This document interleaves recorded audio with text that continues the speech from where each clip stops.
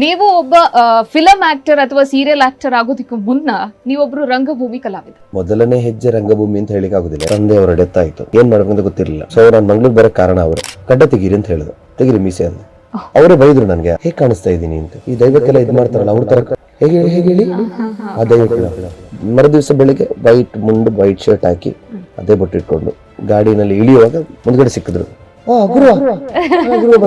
ಮೊದಲಿನ ಶಿವದೂತ ಗುಳಿಗೆ ಪ್ರದರ್ಶನಗೊಳ್ಳುತ್ತೆ ಪುರಭವನದಲ್ಲಿ. ಅದೇ ಅಬ್ಬರ ಬೇಕು ಅಂತ ಜನ ನಿಮ್ ಹತ್ರ ಬಂದು ಕೇಳ್ತಾರೆ. ಅದ್ರ ಹಿಂದೆ ಬಿದ್ದಿರೋ ಟೈಮಲ್ಲಿ ಮನೆಯಲ್ಲೆಲ್ಲ ಸಿಕ್ಕಾಪಟ್ಟೆ ಬೈಗಳು ತಿಂದಿದ್ದೀವಿ. ಒಂದ್ ನಾಟಕ ನೀವು ಮಾಡಿದ್ರೆ ಅಮ್ಮಮ್ಮ ಅಂದ್ರೆ ಒಂದು 5 ಶೋ 10 ಶೋ ಓಡುತ್ತೆ. ಕಾಂತಾರದಲ್ಲಿ ಗುರುವನಾಗಿ ಫೇಮಸ್ ಆಗಿದ್ದಂತ ಎಲ್ಲಾ ಇದ್ರಲ್ಲೂ ನಾವು ಫೇಮಸ್ ಆಗ್ಬಹುದಿತ್ತು. ಫೇಮಸ್ ಆಗ್ಲಿಕ್ಕೆ ಫೇಮಸ್ ಮಾಡ್ಲಿಕ್ಕೆ ಇಲ್ಲಿ ಯಾರಿಗೂ ಮನಸ್ಸಿಲ್ಲ. ಎಲ್ಲೋ ಒಂದು ಚಿಕ್ಕ ಪಾತ್ರವನ್ನೆಲ್ಲ ಮಾಡ್ತಾ ಇದ್ದವ್ರನ್ನೆಲ್ಲ ಇಲ್ಲಿ ಹೈಲೈಟ್ ಮಾಡ್ತಾ ಇದ್ರು. ಅಂತ ಸೀರಿಯಲ್ ಅಲ್ಲಿ ಮಾಡಿ ಕೂಡ ಮಂಗಳೂರಲ್ಲಿ I was not recognized. Times of India, Deccan Herald ಈ 2 ದೊಡ್ಡ ಪೇಪರ್ಗೆ ಮಾತ್ರ ಇಂಟರ್ವ್ಯೂ ಕೊಟ್ಟಿದ್ದೀನಿ ಹೊರತು ಬೇರೆ ಯಾರು ನನ್ನ ಹತ್ರ ಒಂದು ಇಂಟರ್ವ್ಯೂ ಕೇಳಿಲ್ಲ. Nothing as that. ಸಿನಿಮಾ ರಂಗದಲ್ಲಿ ದೊಡ್ಡ ಪೊಲಿಟಿಕಲ್ಸ್ 5 ದಿವಸದಲ್ಲಿ ಶೂಟಿಂಗ್ ಅಂತ ಹೇಳಿ ಡ್ರೆಸ್ ಇದು ಅಳತೆ ಕೂಡ ಎತ್ಕೊಂಡು ಹೋಗ್ತಾರೆ. ಕೇಳಿದ್ರೆ ಹೀರೋ ಚೇಂಜ್ ಆಗಿದೆ ಅಂತ ಹೇಳ್ತಾರೆ. ನನ್ನನ್ನು ಯಾರೆಲ್ಲ ತುಳಿದಿದ್ದಾರೋ ಅಂಥವ್ರನ್ನೆಲ್ಲ ಸ್ಟೇಜ್ ಮೇಲೆ ಹಾಕಿ ತುಳಿಬೇಕು ಅಂತ ಅವತ್ತು ನಿರ್ಧಾರ ಮಾಡಿದ್ದೇನೆ. ಸೊ ಅವತ್ತು ನನ್ನೊಳಗಡೆ ಇದ್ದ ಆ ಒಂದು ಪ್ರಾಣಿ ತುಂಬಾ ದೈತ್ಯಾಕಾರವಾಗಿ ಹೊರಗಡೆ ಬಂದಿತ್ತು. ಆ ಅಗ್ರೆಸಿವ್ನೆಸ್ ಒಂದು ಒಳಗಡೆ ಇತ್ತು ನನಗೆ. ಸೊ ಅದೇ ಫಸ್ಟ್ ಇದ್ ಗುಳಿಗೆ. ನಮಸ್ತೆ ವೀಕ್ಷಕರೇ. ಏರಿಳಿತಗಳ ಬದುಕು, ಆ ಬದುಕಲ್ಲಿ ಅದೆಷ್ಟೋ ತೊಡಕುಗಳು. ಆ ತೊಡಕುಗಳನ್ನ ಮೆಟ್ಟಿ ನಿಂತ ಕಲಾವಿದನ ರಂಗ ಪಯಣ ಈ ಹೊತ್ತಿನ ವಿಶೇಷ. ನಾನು ಮಾನಸ.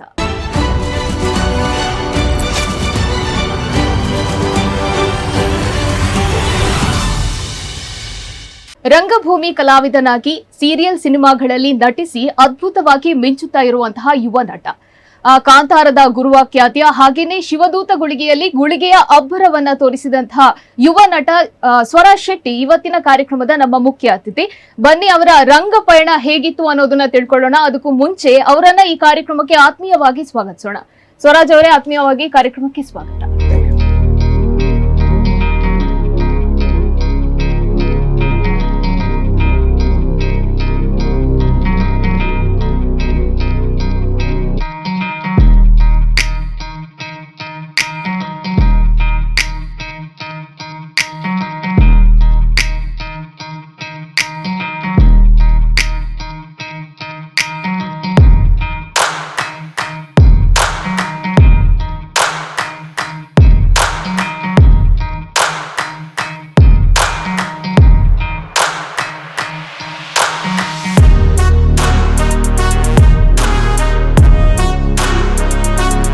ಸೊ ಸ್ವರಾಜ್ ಶೆಟ್ಟಿ, ಒಂದು ಮಿಂಚ್ತಾ ಇರುವಂತಹ ಯುವ ನಟ, ಹೇಗಿದ್ದೀರಿ?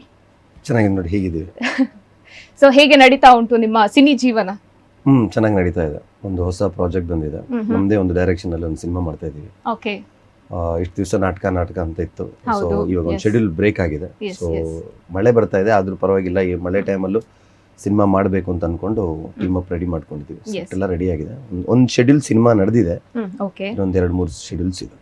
Okay okay. ಸೊ ಶಿವದೂತಗಳಿಗೆ ಹತ್ರ 700ಕ್ಕೂ ಹೆಚ್ಚಿನ ಇದು 650 ಪ್ರದರ್ಶನವನ್ನ ಕಾಣ್ತು. ಮೊನ್ನೆ ಅಡ್ಯಾರ್ ಗಾರ್ಡನ್ ಅಲ್ಲಿ ಜನವರಿಯಲ್ಲಿ 555 ಸೆಲೆಬ್ರೇಷನ್ ಕೂಡ ಮಾಡಿದ್ರಿ. ಸೊ ಇವಾಗ ಬಹುಶಃ ನಾಟಕದ ಒಂದು ಕಾಲಮಿತಿ ಸ್ವಲ್ಪ ಕಮ್ಮಿ ಆಗ್ತಾ ಬಂತು. ಇನ್ನು ಸಿನಿಮಾ ನಿಮ್ಮ ಜರ್ನಿ ಶುರುವಾಗುತ್ತೆ. ಸೊ ಏನು ಅಪ್ಕಮಿಂಗ್ ಪ್ಲಾನ್ಸ್ ಏನಿದೆ ನಿಮ್ಮದು? ಅಪ್ಕಮಿಂಗ್ ಅದೇ ಒಂದು ಆಲ್ರೆಡಿ ಬಿರ್ದದ ಕಂಬಳ, ವೀರ ಕಂಬಳ ಅಂತ ರಾಜೇಂದ್ರ ಸಿಂಗ್ ಬಾಬು ಅವ್ರ ಡೈರೆಕ್ಷನ್ ಅಲ್ಲಿ ಆ ಸಿನಿಮಾ ಇನ್ನೊಂದ್-2 ದಿವಸ ಶೂಟಿಂಗ್ ಪೆಂಡಿಂಗ್ ಇಟ್ಟಿದ್ದಾರೆ. ನಂದಲ್ಲ ಇನ್ ಬೇರೆ ಅವ್ರದ್ದು. ಸೊ ಆ ಸಿನಿಮಾ ಪ್ರೊಬಬ್ಲಿ ಈ ವರ್ಷದಲ್ಲಿ ತೆರೆಗೆ ಬರ್ಬೋದು. ಒಂದು ಅದಿದೆ. ಆಮೇಲೆ ನಂದೇ ಒಂದು ಪ್ರಾಜೆಕ್ಟ್ ನಡೀತಾ ಇದೆ. ನಾವು ಒಂದು ಅದೇ ಹೇಳಿದ್ನಲ್ಲ, 2 ಶೆಡ್ಯೂಲ್ ನಡೆದಿದೆ. ಅನೌನ್ಸ್ಮೆಂಟ್, ಅದ್ರ ಟೈಟಲ್ ಅನೌನ್ಸ್ಮೆಂಟ್ ನಾಡಿದ್ದು ಜೂನ್ 16 ತಾರೀಕಿಗೆ ಕೋಸ್ಟಲ್ ವುಡ್ ಅವಾರ್ಡ್ ಫಂಕ್ಷನ್ ಅಲ್ಲಿ ಟೈಟಲ್ ಅನೌನ್ಸ್ಮೆಂಟ್ ನಡೆಯುತ್ತೆ ಇವತ್ತು. ಸೊ ಚಿಕ್ಕ ಟೀಸರ್ ಕೂಡ ಅವತ್ತು ಬಿಡುಗಡೆ ಮಾಡ್ಲಿಕ್ಕೆ. ಸ್ಟಾರಿಂಗ್ಸ್ ಇದು ಕ್ಯಾಸ್ಟ್ ನಾನೇ ಹೀರೋ ಆಗಿ ಮಾಡ್ತಾ ಇದ್ದೀನಿ. ಅದರಲ್ಲಿ ಹೀರೋಯಿನ್ ಆಗಿ ದಿಶಾಲಿ ಅಂತ ಹೊಸಬ್ರು ಅವರು. ಮತ್ತೆ ತುಳುನಾಡಲ್ಲಿ ಯಾರೆಲ್ಲ ಕಾಮಿಡಿಯನ್ಸ್ ಕೆಲವರೆಲ್ಲ ಇದ್ರು, ದಿಗ್ಗಜರಲ್ಲ, ಅದನ್ನ ಅವ್ರನ್ನ ಬಿಟ್ಟು ಚಿಕ್ಕ ಚಿಕ್ಕ ಪಾತ್ರಗಳು ಕಾಮಿಡಿ ಏನ್ ಮಾಡ್ತಾ ಇದ್ರು ಅವರೆಲ್ಲ ಇದರಲ್ಲಿ ಒಂದು ವಿಭಿನ್ನವಾದ ಒಂದು ರೋಲ್ ಅಲ್ಲಿ ಬರ್ತಾ ಇದ್ದಾರೆ. ಸಿನಿಮಾದಲ್ಲಿ ಎಲ್ಲೂ ಕಾಮಿಡಿ ಇಲ್ಲ.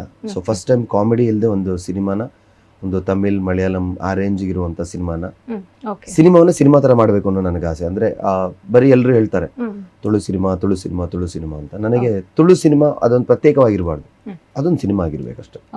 ಅದನ್ನ ಯಾವ ಭಾಷೆಯಲ್ಲೂ ನೋಡಿದ್ರು ಅದು ಸಿನಿಮಾದ ರೀತಿ ಅನಿಸ್ಬೇಕು. ಎಲ್ಲಾ ಜಾನರ್ ಅಂದ್ರೆ ಎಲ್ಲಾ ಭಾಷೆಗಳಿಗೂ ಎಲ್ಲ ಜಾಗಕ್ಕೂ ಅದು ಸೇಮ್ ಕನ್ವೆ ಕನ್ವೆ ಆಗಬೇಕು. ಆಗಬೇಕು. ಸೊ ಆ ಥರದ್ದು ಒಂದು ಸಿನಿಮಾನ ರೆಡಿ ಮಾಡಿದ್ವಿ. ಸೊ ನಮಗೆ ಪ್ರಾಬಬ್ಲಿ ಆ ಥರ ಸಿನಿಮಾ ಹೋಗ್ಬೇಕಂತ ಹೇಳಿದ್ರೆ ನಿಮಗೆ ಒಂದು ಹಾರರ್ ಇಲ್ಲಾಂದ್ರೆ ಈ ರೌಡಿಸಮ್ ಬ್ಲಡ್ ಬೇಸ್ಡ್ ಸಿನಿಮಾಸ್ ಇದೇ ಮಾತ್ರ ಸೆಟ್ ಆಗೋದು ಎಲ್ಲ ಜಾಗಕ್ಕೂ. ಸೊ ಹಾರರ್ ಬೇಡ, ಬ್ಲಡ್ ಜಾನರ್ ಅಂತ ಇಟ್ಕೊಂಡು ಒಂದು ಊರಲ್ಲಿ ನಡೆಯುವಂಥ ಒಂದು ಕಥೆನ ಇಟ್ಕೊಂಡು ಈಗಿದ್ದಲ್ಲ ಸಬ್ಜೆಕ್ಟ್ 1998 ಅಲ್ಲಿ ನಡೆದಿರುವಂಥ ಒಂದು ಸಬ್ಜೆಕ್ಟ್ನ ಇವಾಗ ಅದನ್ನು ಮಾಡ್ತಾ ಇದೀವಿ. ಸೊ ಸ್ವಲ್ಪ ರಿಸ್ಕಿ ಆಗಿದೆ, ಯಾಕಂತ ಹೇಳಿದ್ರೆ ಎಲ್ಲಾನು 1998 ಮಾಡಬೇಕಾಗುತ್ತೆ. ಸೊ ಮತ್ತೆ ಜನರನ್ನ ಹಿಂದೆ ಕಾಸ್ಟ್ಯೂಮ್ ಇಂದ ಇಟ್ಕೊಂಡು ಅದನ್ನೆಲ್ಲ ಸ್ವಲ್ಪ ನೋಡ್ಕೊಂಡು ಮಾಡಬೇಕಾಗುತ್ತೆ. ಒಂದು ಕನಸು ಕಟ್ಕೊಂಡಿದ್ದೀನಿ. ಕಾಂತಾರ ಬಂದಾಗ ಒಂದು ಖುಷಿಯಾಗಿತ್ತು. ಏನಂತ ಹೇಳಿದ್ರೆ ಕಾಂತಾರ ಕನ್ನಡದಲ್ಲಿ ಹುಟ್ಟಿ ಬರೀ ಎಲ್ಲಾ ಲ್ಯಾಂಗ್ವೇಜ್ ಅಲ್ಲಿ ಪ್ಯಾನ್ ಇಂಡಿಯಾ ಆಗಿ ಮತ್ತೆ ತುಳುಗ್ ಬಂತದ್ದು. ಸೊ ನನಗೊಂದು ಆಸೆ ಏನು ಅಂತ ಹೇಳಿದ್ರೆ ತುಳು ಸಿನಿಮಾ ಯಾಕೆ ಆ ಥರ ಹೋಗ್ಬಾರ್ದು ಅಂತ. ತುಳುವಲ್ಲಿ ಒಂದು ಸಿನಿಮಾ ಮಾಡಬೇಕು. ಆ ಸಿನಿಮಾ ಮಲಯಾಳಮಲ್ಲಿ ಮಾಡಿದ್ರು ಮಲಯಾಳಂ ಅವ್ರಿಗೂ ಇಷ್ಟ ಆಗಬೇಕು, ತಮಿಳ್ ಅವ್ರಿಗೂ ಇಷ್ಟ ಆಗಬೇಕು, ತೆಲುಗು ಅವ್ರಿಗೂ ಇಷ್ಟ ಆಗಬೇಕು. ಸೊ ಕೆಲವು ದಿಗ್ಗಜರನ್ನ ಹಾಕಕ್ಕೆ ಪ್ಲಾನ್ ಮಾಡ್ಕೊಂಡಿದ್ದೀವಿ. ಬೇರೆ ಬೇರೆ ಇಂಡಸ್ಟ್ರಿ, ತೆಲುಗು, ತಮಿಳ್ ಆ ಥರ ಬೇರೆ ಬೇರೆ ಇಂಡಸ್ಟ್ರಿಯಲ್ಲಿ ವರ್ಕ್ ಮಾಡಿದವ್ರನ್ನ ಹಾಕಬೇಕು ಅನ್ನೋ ಪ್ಲಾನಿಂಗ್ ಇದೆ.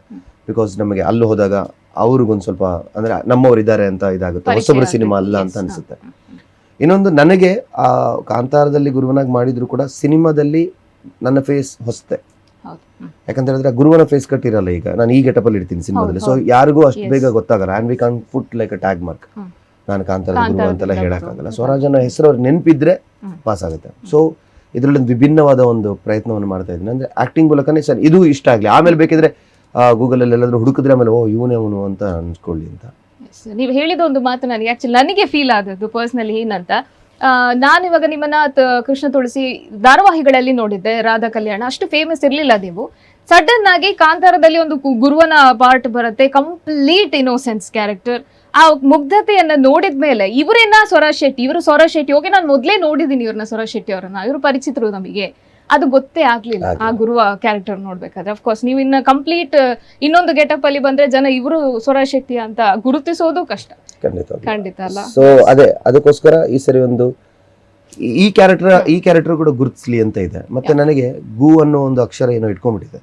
ಸೊ ಶಿವದೂತ ಗುಳಿಗೆಯಲ್ಲಿ ಗುಳಿಗನಾಗಿ, ಕಾಂತಾರದಲ್ಲಿ ಗುರುವನಾಗಿ, ಅದಕ್ಕೋಸ್ಕರ ಈ ಸಿನಿಮಾದಲ್ಲಿ ಗುಣ ಅನ್ನೋ ಅಂತ ಹೆಸರು ಇಟ್ಕೊಂಡಿದ್ದೀನಿ. ಸೊ ಹೇಳಿಕ್ ಆಗೋದಿಲ್ಲ, ಗು ಅಲ್ಲಿ ಏನೋ ಅದ್ರಿಂದ ಇರ್ಬೋದು ವೈಬ್, ಯಾಕೆ ಅದನ್ನ ಬಿಟ್ಕೊಡ್ಬೇಕು ಅಂತ. ಇವಾಗ ನಮ್ಮ ಕನ್ನಡ ಇಂಡಸ್ಟ್ರಿಯಲ್ಲಿ ತಗೊಂಡ್ರೆ ಹೀರೋಯಿನ್ಸ್ ಎಲ್ಲ ಟಾಪ್ ಹೀರೋಯಿನ್ಸ್, ಅಕ್ಷರಿಂದ ರಾಧಿಕಾ, ರಕ್ಷಿತಾ, ಈ ತರ ರಮ್ಯಾ. ಸೊ ಅದಕ್ಕೋಸ್ಕರ ಸಿನಿಮಾದಲ್ಲಿ ಆ ರೋಲ್ ನ ಹೆಸರು ಗುಣ ಅಂತ ಇಟ್ಕೊಂಡಿದ್ದೀನಿ. ನೋಡ್ಬೇಕು ಇನ್ನೇನಾಗುತ್ತೆ. ಎಸ್, ಆಫ್ ಕೋರ್ಸ್, ಖಂಡಿತವಾಗ್ಲೂ ಒಳ್ಳೆ ಮನಸ್ಸಿಂದ ದೇವರ ಇಚ್ಛೆಯಿಂದ ನಿಮ್ಮ ಕಂಪ್ಲೀಟ್ ಮೂವಿ ಏನು ಸಕ್ಸಸ್ ಖಂಡಿತ ಕಾಣುತ್ತೆ. ಆದ್ರೆ ನೀವು ಒಬ್ಬ ಫಿಲಂ ಆಕ್ಟರ್ ಅಥವಾ ಸೀರಿಯಲ್ ಆಕ್ಟರ್ ಆಗೋದಕ್ಕೂ ಮುನ್ನ ನೀವೊಬ್ರು ರಂಗಭೂಮಿ ಕಲಾವಿದ. ನಿಮ್ಮ ಮೊದಲನೇ ಹೆಜ್ಜೆ ರಂಗಭೂಮಿಯಿಂದ, ನಾನು ಹೇಳಿದ್ದು ತಪ್ಪಾಗ್ಲಿಕ್ಕಿಲ್ಲ ಮೋಸ್ಟ್ಲಿ. ಮೊದಲನೇ ಹೆಜ್ಜೆ ರಂಗಭೂಮಿ ಅಂತ ಹೇಳಿಕ್ ಆಗುದಿಲ್ಲ, ಯಾಕಂತ ಹೇಳಿದ್ರೆ ಫಸ್ಟ್ ನಾನ್ ಮಾಡಿದ್ದು ಸಿನಿಮಾ ತಮಿಳ್. ಹೌದೌದು, ಅರ್ಧನಾರಿ ಅಂತ. ಎಸ್, ನಾನು ಹುಡುಕ್ತಾ ಇದ್ದೆ. ಸೊ ನಾನು ಫಸ್ಟ್ ಸಿನಿಮಾ ಅದ್ರಲ್ಲಿ ಮಾಡಿದ್ದು, ಆಮೇಲೆ ರಂಗಭೂಮಿಗೆ. ಸೊ ರಂಗಭೂಮಿಯಲ್ಲಿ ನಿಮ್ಮ ಮೊದಲ ನಾಟಕ ಯಾವ್ದಾಗಿತ್ತು? ರಂಗಭೂಮಿಯಲ್ಲಿ ಮೊದಲ ನಾಟಕ ಮಾಮಿ. ಓಕೆ. ಆಮೇಲೆ ಹೊರಡಿದ್ರು ಸಲ್ ಬಂತು. ಆಮೇಲೆ ಅಪ್ಪಶ್ರೀ ಮುಖಾಂಬಿಕೆ. ಓಕೆ. ಆಮೇಲೆ ಸೀತಾ ಟೀಚರ್ ಒಂದು 2 ಶೋ ಮಾಡಿದ್ವಿ. ಅದಾದ್ಮೇಲೆ ನಾನು ಕಲಾಸಂಗಮ ಇರೋವಾಗ್ಲೇ, ಕಲಾಸಂಗಮದಿಂದ ಸ್ವಲ್ಪ ಹೊರಗೆ ಹೋಗಿದ್ದಾಗ ಬೇರೆ ತಂಡಗಳ ನಾಟಕಗಳು ಮಾಡ್ತಾ ಇದ್ದೆ. ಅಂದ್ರೆ JP ತುಮಿನಾಡ್ ಅವ್ರ ಟೀಮ್ ಇತ್ತು, ಶಾರದಾ ಗಡ್ಸ್.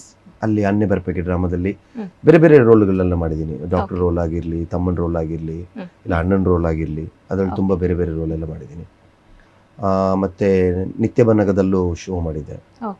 ಆಮೇಲೆ ಅವ್ರದ್ದೇ ಇನ್ನೊಂದು ಟೀಮ್ ಇದೆ ಅಲ್ಲ, ಐಸಿರಿ ಕಲಾವಿದರು, ಅಲ್ಲಿ ಇತ್ತಿನ ದಿನ ಅಂಚೆಗಿಂಚನ ಡ್ರಾಮಾದಲ್ಲಿ ಅದ್ರ ಒಂದು 18-20 ಶೋ ಮಾಡಿದ್ದೀನಿ. ಸೊ ಅದ್ರಲ್ಲೆಲ್ಲ ನಿಮ್ಮ ರೋಲ್ ಇರ್ತಾ ಇರುವಂತದ್ದೆಲ್ಲ ಒಂದು ಸ್ವರದ್ರೂಪಿ, ಒಂದು ಸಾಫ್ಟ್ ಇನ್ನೋಸೆಂಟ್ ಆ ತರ ರೋಲ್ ಇತ್ತ ಅಥವಾ ನೆಗೆಟಿವ್ ಅಲ್ಲಿ ಜಾಸ್ತಿ ತೋರ್ತಾ ಇದ್ರಾ? ಅಣ್ಣೆ ಬರ್ಪೇಟೆದಲ್ಲಿ ಒಂಥರ ವಿಲನಿ ಶೇಡ್ ಇರುವಂತ ಒಂದು ಡಾಕ್ಟರ್ ರೋಲ್ ಇದ್ದದ್ದು. ಓಕೆ. ಆ ರೋಲ್ ಏನಿಗೆ ಅಂತ ಹೇಳಿದ್ರೆ ಸಡನ್ ಆಗಿ ನನ್ನನ್ನು ದೂಡಿದ್ದವರು. ಓಕೆ. ನಾನು ಮಂಗಳದೇವಿಯಲ್ಲಿದ್ದೆ. JP ಫೋನ್ ಬಂದು ನನಗೆ, ಈ ತರ ಒಬ್ರಿಗೆ ಆಕ್ಸಿಡೆಂಟ್ ಆಗಿದೆ, ರೋಲ್ ರಿಪ್ಲೇಸ್ಮೆಂಟ್ ಆಗ್ತಿದೆ, ನಾಟಕ ಆಲ್ರೆಡಿ ಸ್ಟಾರ್ಟ್ ಆಗಿ ಹೋಗಿದೆ, ನೀನು ಬರಬೇಕು ಅಂತ ಹೇಳಿ. ಸೊ ನಾನು ಬಂದಾಗ ಏನು ಮಾಡಬೇಕು, ಇಲ್ಲ ಬರುವಾಗ ಒಂದು formals pant, black colour pant, shirt ಇಟ್ಕೊಂಬ ಅಂತೇಳಿ. ಸೊ ನಾನು ಬಂದಿದ್ದೆ ಅಲ್ಲಿಗೆ. ಬಂದಾಗ ನನಗೇನು ಗೊತ್ತಿಲ್ಲ ಅಲ್ಲಿ, ಆ ನಾಟಕ ಮುಂಚೆ ನೋಡಿರ್ಲಿಲ್ಲ. ಮುಂದ್ಗಡೆ ಅದು ರೂಪವರ್ ಕಡೆ ಅವರಿದ್ರು, ಅವರು ಸ್ವಲ್ಪ ಅಳೋದ್ರಲ್ಲಿ ಫೇಮಸ್ ಇದ್ದಾರೆ. ಸೊ ನನಗೆ ದಿಢೀರಂತ ನನ್ನನ್ನು ಬೆನ್ನು ತಟ್ಟಿ ಹೋಗು ನೀನು ಡಾಕ್ಟರ್ ಅಂತ ಹೇಳಿ ದುಡ್ಡು ಬಿಟ್ಟಿದ್ದೆ. ನನಗೆ ಕತೆನೂ ಗೊತ್ತಿಲ್ಲ, ಏನೂ ಗೊತ್ತಿಲ್ಲ. Then somehow I manage. ಹಿಂದ್ಗಡೆ ಎಲ್ಲ ಸ್ವಲ್ಪ ಹೇಳ್ಕೊಡ್ತಿದ್ರು ಓಕೆ ಡೈಲಾಗ್ನ ಹಾಗೆ ಹೇಳು ಹೀಗೆ ಹೇಳು ಅಂತ ಹೇಳಿ. Okay okay it continued. Yes, practice ಇಲ್ಲದೆ ಸೀದಾ Practice ನೀವು ಇಲ್ದೆ ಸ್ಟೇಜ್ stage ಒಳಗೆ ಹೋಗಿದ್ದು. ಹೋಗ್ತೀರಿ. ಹೇಗಿತ್ತು ಆ ಮೂಮೆಂಟ್? ಏನಾದ್ರು ಭಯ ಇತ್ತಾ? ಇಲ್ಲ, ಭಯ ಅನ್ನೋದು ಸ್ಟೇಜ್ ಫಿಯರ್ ಚಿಕ್ಕ ವಯಸ್ಸಿಂದಲೇ, ಅದೇ ಹೇಳಿದ್ನಲ್ಲ, ಚಿಕ್ಕ ವಯಸ್ಸಲ್ಲಿ ಸಿನಿಮಾ ಅಂತ ಮೈಂಡಿಗೆ ಯಾವಾಗ ಬಂತು, ಸಿನಿಮಾ ಮಾಡಬೇಕು, ಸಿನಿಮಾದಲ್ಲಿ ಆ್ಯಕ್ಟ್ ಮಾಡಬೇಕು, ಇದೊಂದು ಬೇರೆ ಜಗತ್ತೊಳಗೆ ನಾನು ಹೋಗಬೇಕು ಅಂತ ಯಾವಾಗ ಅನ್ಕೊಂಡಿದ್ದೆ, ಆವಾಗ ಒಂದು ನಮ್ಮ ಮ್ಯಾಮ್ ನನಗೊಂದು ಮಾತು ಹೇಳಿದ್ರು, ಓಕೆ ಸಿನಿಮಾಗೆ ಹೋಗಬೇಕಾದ್ರೆ ಫಸ್ಟ್ ಮೆಟ್ಟಲ್ಲಿ ಸ್ಟೇಜ್ ಅಂತ.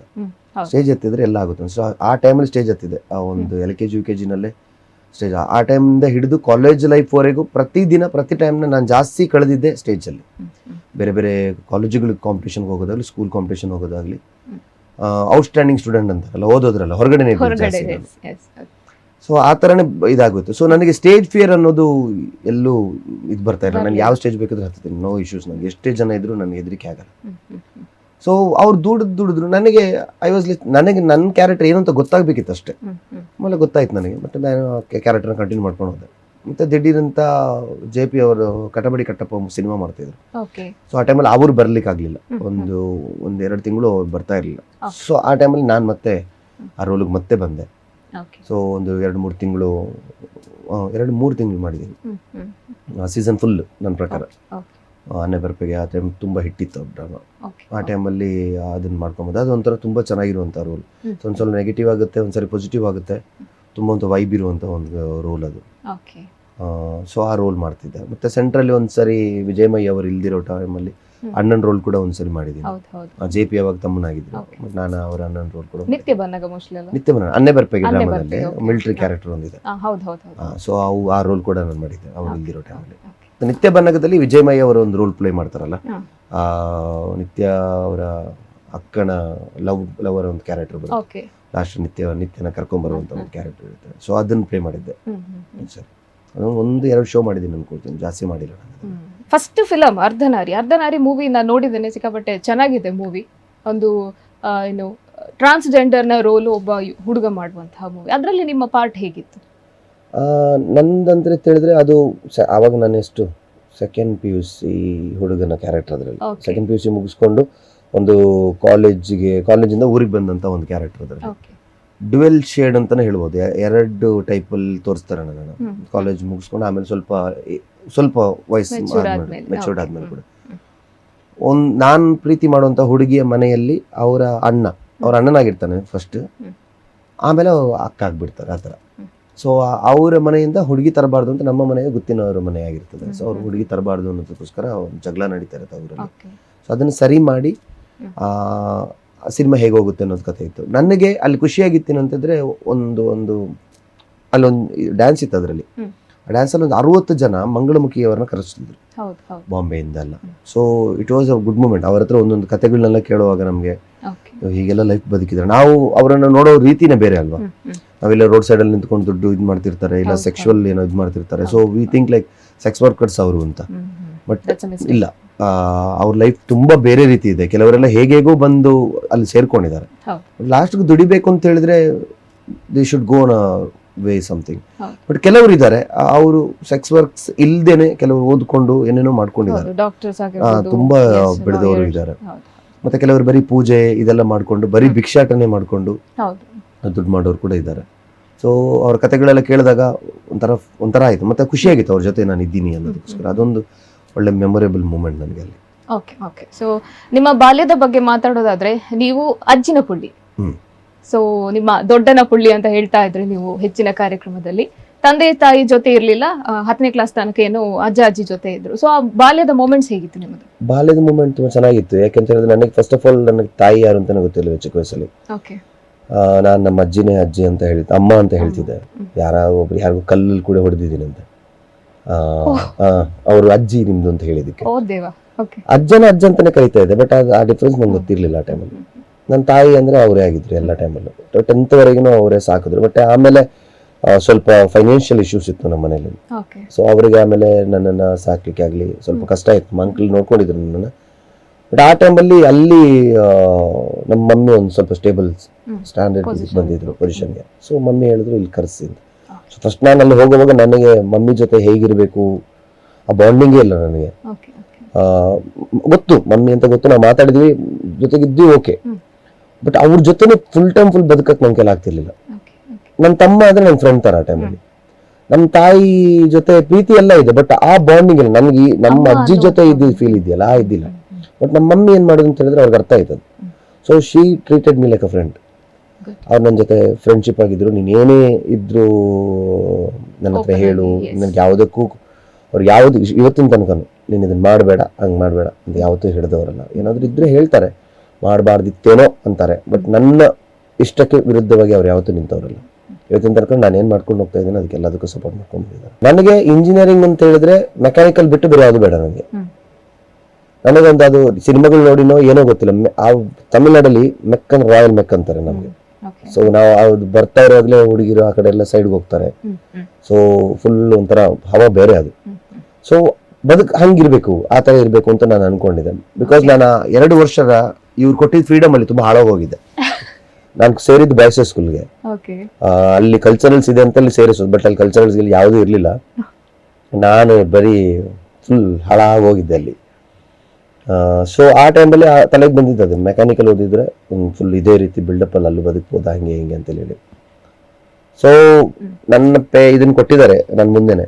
ಅವ್ರು ಎತ್ತಿ ಬಿಸಾಕ್ಬಿಟ್ಟಿರ್ತಾರೆ ಪ್ರಿನ್ಸಿಪಲ್, ಇದೊಂದು ಮಾರ್ಕ್ ಇಟ್ಕೊಂಡು ನೀನು ಮೆಕ್ಯಾನಿಕಲ್ ಕೇಳ್ಕೊಂಡ್ ಬಂದಿದ್ಯಾ ಅಂತ. ಆಮೇಲೆ ಮಮ್ಮಿ ಯಾರನ್ನ ಇನ್ಫ್ಲುಯೆನ್ಸ್ ಮಾಡಿದ್ರು. ಆಮೇಲೆ ಅವ್ರು ಮತ್ತೆ ಇಲ್ಲ ಮೆಕ್ಯಾನಿಕಲ್ ಕೊಡೋಕ್ಕಾಗಲ್ಲ, ಬಯೋಮೆಡಿಕಲ್ ಮತ್ತೆ ಏನೋ ಹೇಳಿದ್ರು ಕಮ್ಯುನಿಕೇಶನ್ಸ್ ಏನೋ ಅಂತ. ನಾನು ಅದನ್ನ ಬೇಡವೇ ಬೇಡ ಅಂತ ಹೇಳಿ ಮತ್ತೆ ಊರಿಗೆ ಬಂದೆ. ಊರಲ್ಲಿ ನನ್ನ ಫ್ರೆಂಡ್ಸ್ ಜೊತೆ ಕುತ್ಕೊಂಡು ಹೇಳ್ತಾ ಇದ್ದೀನಿ, ಅಷ್ಟೇ ಮುಗೀತು. ನಾನು ಇಲ್ಲಿ ಮಂಗ್ಳೂರು ಬಂದೆ ಹೇಳಿದೆ, ಇನ್ನು ನಾವು ನಿಮ್ಮ ಜೊತೆ ಇರೋದು ಕಡೆ ಫುಲ್ ಹ್ಯಾಪಿ ಆಯ್ತು ಎಲ್ರಿಗೂ. ನಾನು ಫುಲ್ ಖುಷಿಯಾಗಿದ್ದೆ. ಮಮ್ಮಿ ಇದ್ದೀರಿ ಅಂತ ಕಾಲ್, ಸೈನ್ ಹಾಕಾಗಿದೆ ಆಲ್ರೆಡಿ, ಅವರು ನಿಮ್ಮ ಮೆಕ್ಯಾನಿಕಲ್ ಸಿಕ್ಬಿಟ್ಟಿದೆ. ಅವ್ರ ಆತರ ಬಿಡೋದಿಲ್ಲ. ಅವ್ರ ಮೈನ್ ಡೀನ್ ಹತ್ರ ಯಾರ ಹತ್ರನೂ ಹೋಗಿ ಇನ್ಫ್ಲುಯೆನ್ಸ್ ಮಾಡಿ ತಗೊಂಡು ಸೈನ್ ಹಾಕೊಂಡ್ ಬಂದಿದ್ರು. ಸೊ ಆಮೇಲೆ ಜರ್ನಿ ಸ್ಟಾರ್ಟ್ ಆಯ್ತು. ಫಸ್ಟ್ ಇಯರ್ ಅಲ್ಲಿ ಐ ಬ್ಯಾಂಕ್ಡ್ ಮಿಸ್ಟರ್ ವಿಜ್ಞಾನ್ ಅವಾರ್ಡ್ ಗುಂಟೂರು ಯೂನಿವರ್ಸಿಟಿನಲ್ಲಿ. ತುಂಬಾ ಟಫ್ ಆಗಿರುವಂತ ಒಂದು ಕಾಂಪಿಟೇಷನ್ ಅದು. ಅಂದ್ರೆ ಎಲ್ಲಾ ಕಾಲೇಜಲ್ಲಿ ಬೇರೆ ಬೇರೆ ನಿಮ್ಗೆ ಬೇರೆ ಎಲ್ಲಾ ಇದ್ರಲ್ಲೂ ಬರ್ತಾರೆ, ಸ್ಟೇಟ್ ಇಂದೆಲ್ಲ ಬರ್ತಾರೆ, ಕರ್ನಾಟಕ ಆಗ್ಲಿ, ತಮಿಳ್ನಾಡು, ಆಂಧ್ರ ಎಲ್ಲ ಜಾಗದಲ್ಲೂ ಬರ್ತಾರೆ. ಬಂದು ಅವರು ಒಂದು 4 ಕಾಂಪಿಟೇಷನ್ ಅಲ್ಲಿ ವಿನ್ ಆಗ್ಬೇಕು. ಅವರು ಪಾರ್ಟಿಸಿಪೇಟ್ ಎಷ್ಟೆಲ್ಲೂ ನೀವು ಮಾಡ್ಬೋದು, ಬಟ್ 4ಅಲ್ಲಿ ಫಸ್ಟ್ ಆಗಿರ್ಬೇಕು.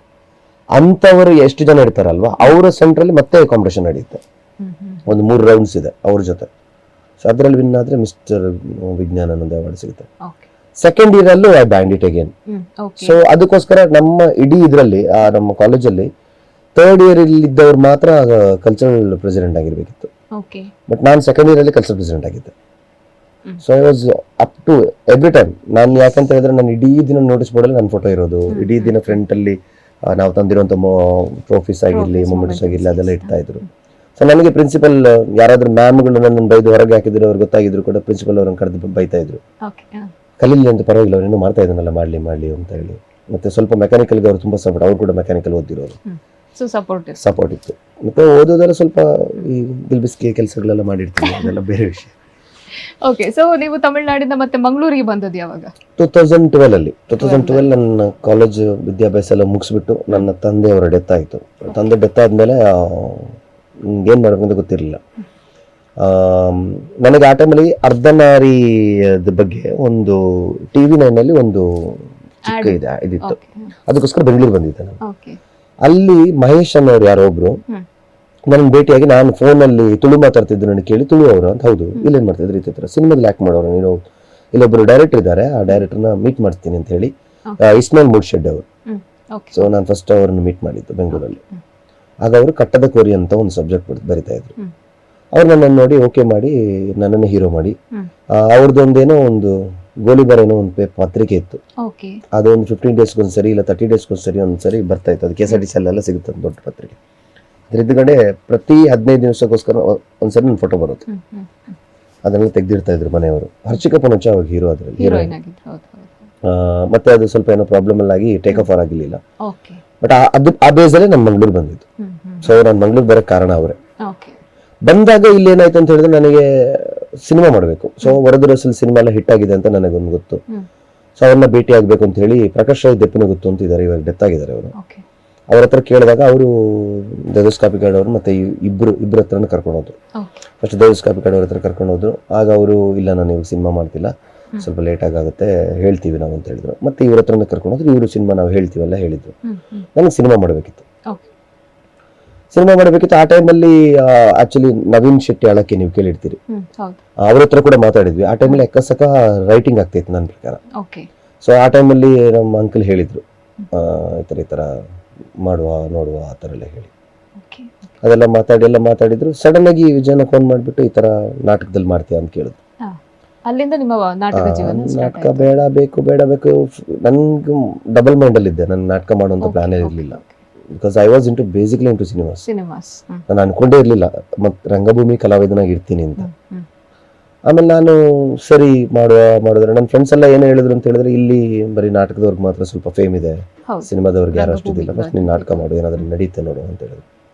ನಾನು ಸರಿ ಓಕೆ ಅಂತ ಹೇಳಿ ಮಾಮಿ ನಾಟಕದ ಮೂಲಕ ರಂಗಭೂಮಿಗೆ ಬರ್ತೀರಿ ನೀವು. ಅಲ್ಲಿಂದ ಮತ್ತೆ ಕ್ರಿಯೇಟ್ ಮಾಡಿದ್ದೆ ಒಂದು ಹಿಸ್ಟ್ರಿ, ಅದು ಶಿವದೂತ ಗುಳಿಗೆ. ಸೊ ಗುಳಿಗನ ಅಬ್ಬರ ಯಾರು ನೋಡಿದ್ರೆ ಅದು ಯಾವುದೇ ಒಂದು ಕಾರ್ಯಕ್ರಮ ಇರಲಿ, 4-5 ವರ್ಷದಿಂದ ಅದೇ ನಿಮ್ಮ ನಾಟಕವನ್ನ ಕರೆದು ಅಲ್ಲಿ ಮಾಡಿಸ್ತಾರೆ, ಪ್ರದರ್ಶನ ಕೊಡಿಸ್ತಾರೆ ಶಿವದೂತ ಗುಳಿಗೆ ನಾಟಕದ್ದು. ಸೊ ಈ ಶಿವದೂತ ಗುಳಿಗೆ ನಾಟಕ ಅದು ಶುರುವಾದದ್ದು ಎಲ್ಲಿಂದ? ಶುರುವಾದ ಅಂತ ಹೇಳಿದ್ರೆ ನಾನು 3 ವರ್ಷಕ್ಕೆ ಮುಂಚೆ ಅವ್ರ ಹತ್ರ ಒಂದು ಕತೆ ಹೇಳಿದ್ದೆ. ಈ ತರ ಕತೆ ಇದೆ, ನಾನು ಅದನ್ನೆಲ್ಲ ಯಾವಾಗ ನೋಡಿದ್ರೆ ಅದ್ರ ಬಗ್ಗೆನೇ ಮಾತಾಡ್ತಿದ್ದೆ. ಅವ್ರ ಹತ್ರ ಒಂದು ಕತೆ ಹೇಳಿದ್ದೆ ನಾನು. ಸೊ ಆ ಕತೆನ ಅವ್ರು ಒಪ್ಕೊಂಡಿದ್ರು ಆ ಟೈಮಲ್ಲಿ. ಬಟ್ ಆ ಟೈಮಲ್ಲಿ ಆದಮೇಲೆ ನಾನು ಬಿಟ್ಟಿದ್ದೆ ಟೀಮ್, ನಾನು ಹೊರಗಡೆ ಬಂದಿದ್ದೆ. ನಾನು ಸೀರಿಯಲ್ ಅದು ಇದೆಲ್ಲ ಮಾಡ್ತಾ ಇದ್ದೆ. ಒಂದು ಮೂಮೆಂಟಲ್ಲಿ ನನಗೆ ಗೊತ್ತಾಯ್ತು ಅವರ ಟೀಮ್ ಸ್ವಲ್ಪ ಡಿಸಾಲ್ವ್ ಆಗಿದೆ ಅಂತ ಗೊತ್ತಾದಾಗ ನನ್ನನ್ನು ಕಡಲಮಗೆ ಅನ್ನೋ ಒಂದು ಡ್ರಾಮಕ್ಕೆ ಕರೆದ್ರು ಅವ್ರು 2 ದಿವಸಕ್ಕೋಸ್ಕರ. ಸೊ ನಾನು 2 ದಿವಸಕ್ಕೆ ಬಂದೆ, 2 ಶೋ ಮಾಡಿದೆ. 2 ಶೋ ಮಾಡಿದಾಗ ಇವರು ಅಂದರೆ ಈಸ್ ನಾಟ್ ಡೂಯಿಂಗ್ ಡ್ರಾಮಾ ಅಂತ ಗೊತ್ತಾಯ್ತು. ನಂಗೆ ಬೇಜಾರಾಯ್ತು ಅದು. ನಾನು ಹೇಳಿದೆ ಬೇಡಿ, ಆ ಥರ ಎಲ್ಲ ಮಾಡೋಕ್ಕೆ ಹೋಗ್ಬೇಡಿ ಅಂತೇಳಿ ಹೇಳಿದ್ರು. ಟೀಮ್ ಎಲ್ಲ ಈ ಥರ ಹೋಗ್ಬಿಟ್ಟಿದೆ ಏನಾಗ್ತದೆ ಈ ಥರ ಎಲ್ಲ. ನಾನು ಅವಾಗ ಹೇಳಿದೆ, 3 ವರ್ಷಕ್ಕೆ ಮುಂಚೆ ನಾವು ಒಂದು ಮಾತಾಡಿದ್ವಲ್ಲ, ನಾವು ಅದನ್ನೇ ಮಾಡ್ಬೋದಲ್ಲ, ಮಾಡೋದಾದ್ರೆ ನೀನು ಎಲ್ಲವನ್ನು ಬಿಟ್ಟು ನಿಲ್ತೀಯ ಅಂತ ಕೇಳಿದ್ರು. ಸೊ ಗುಳಿಗನ ಏನೋ ಒಂದು ಥಿಂಕಿಂಗ್ ಇತ್ತು, ಮಾಡಬೇಕು ಅಂತ ಏನೋ ಮನಸ್ಸು ಬಂತು. So we built a team. ನಾನು ಎಲ್ಲವನ್ನು ಬಿಟ್ಟು ಬಂದೆ. ಸೊ ಅಲ್ಲಿಂದ ಮತ್ತೆ ಶುರುವಾಯಿತು.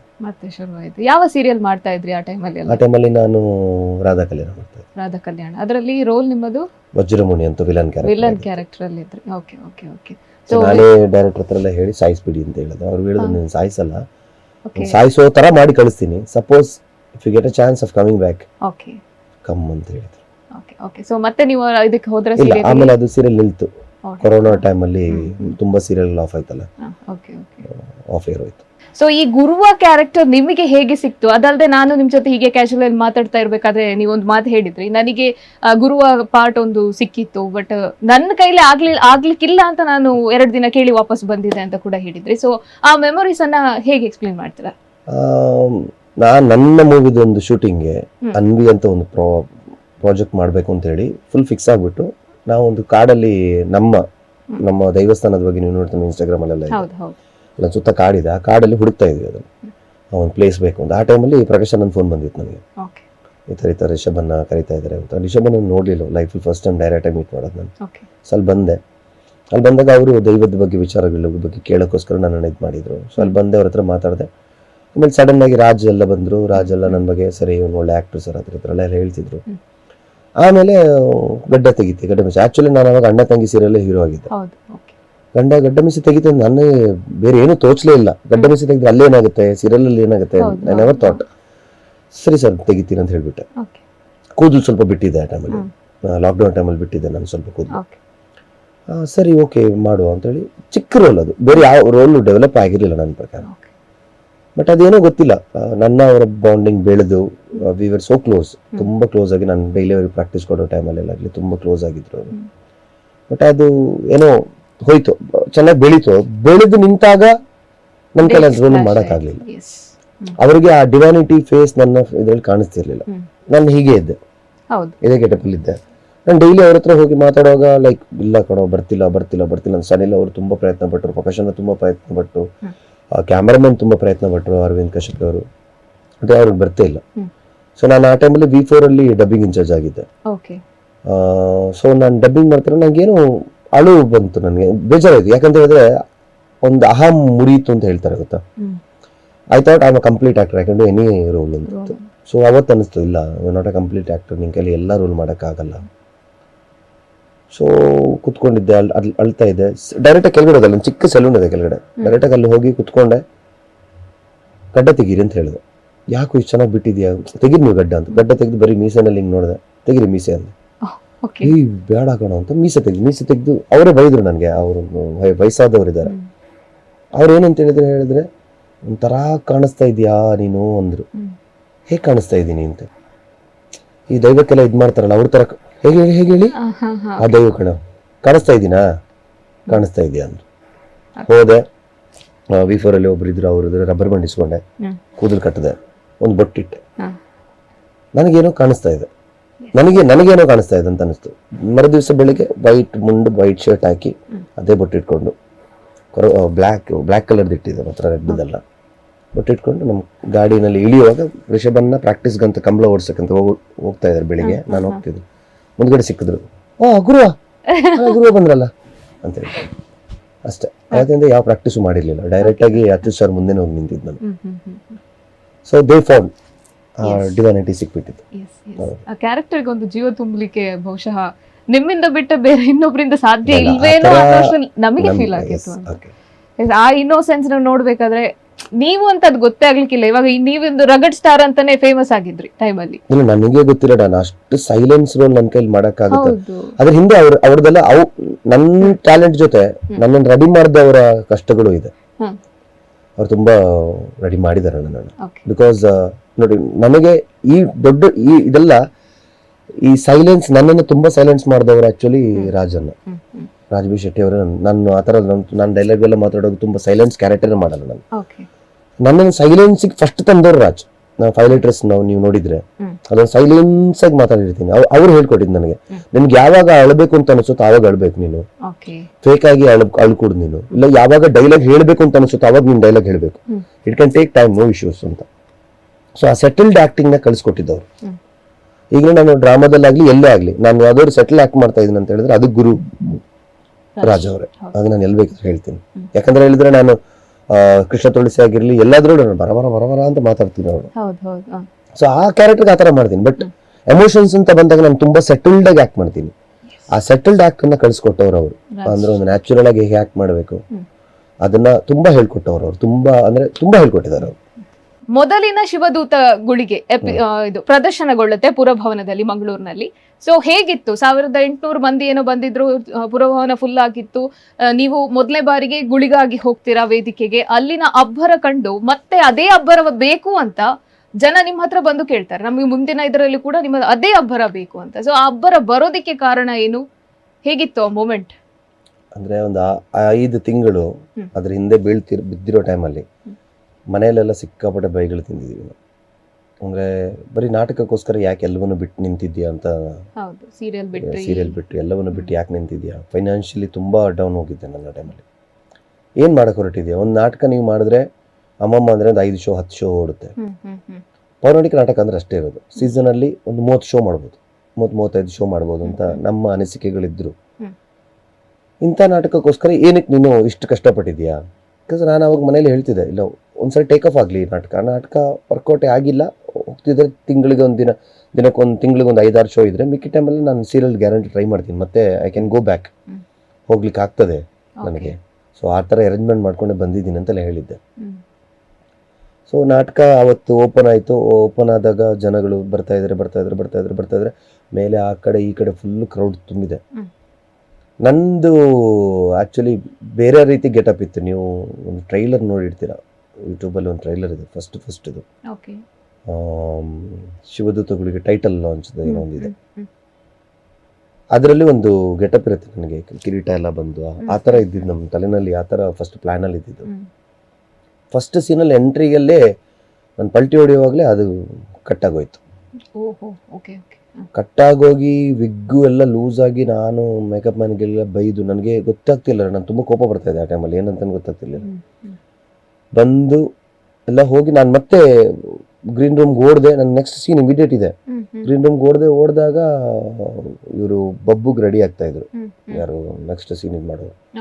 ಬಬ್ಬುಗೆ ರೆಡಿ ಆಗ್ತಿದ್ದ ಆ ಮಾಲೆ ಒಂದು ಅವ್ರ ಕೈನಲ್ಲಿತ್ತು. ಆ ಮಾಲೆ ನಿಟ್ಕೊಂಡು ಸುತ್ತಬಿಟ್ಟೆ ನಾನು ತಲೆಗೆ. So then it continued.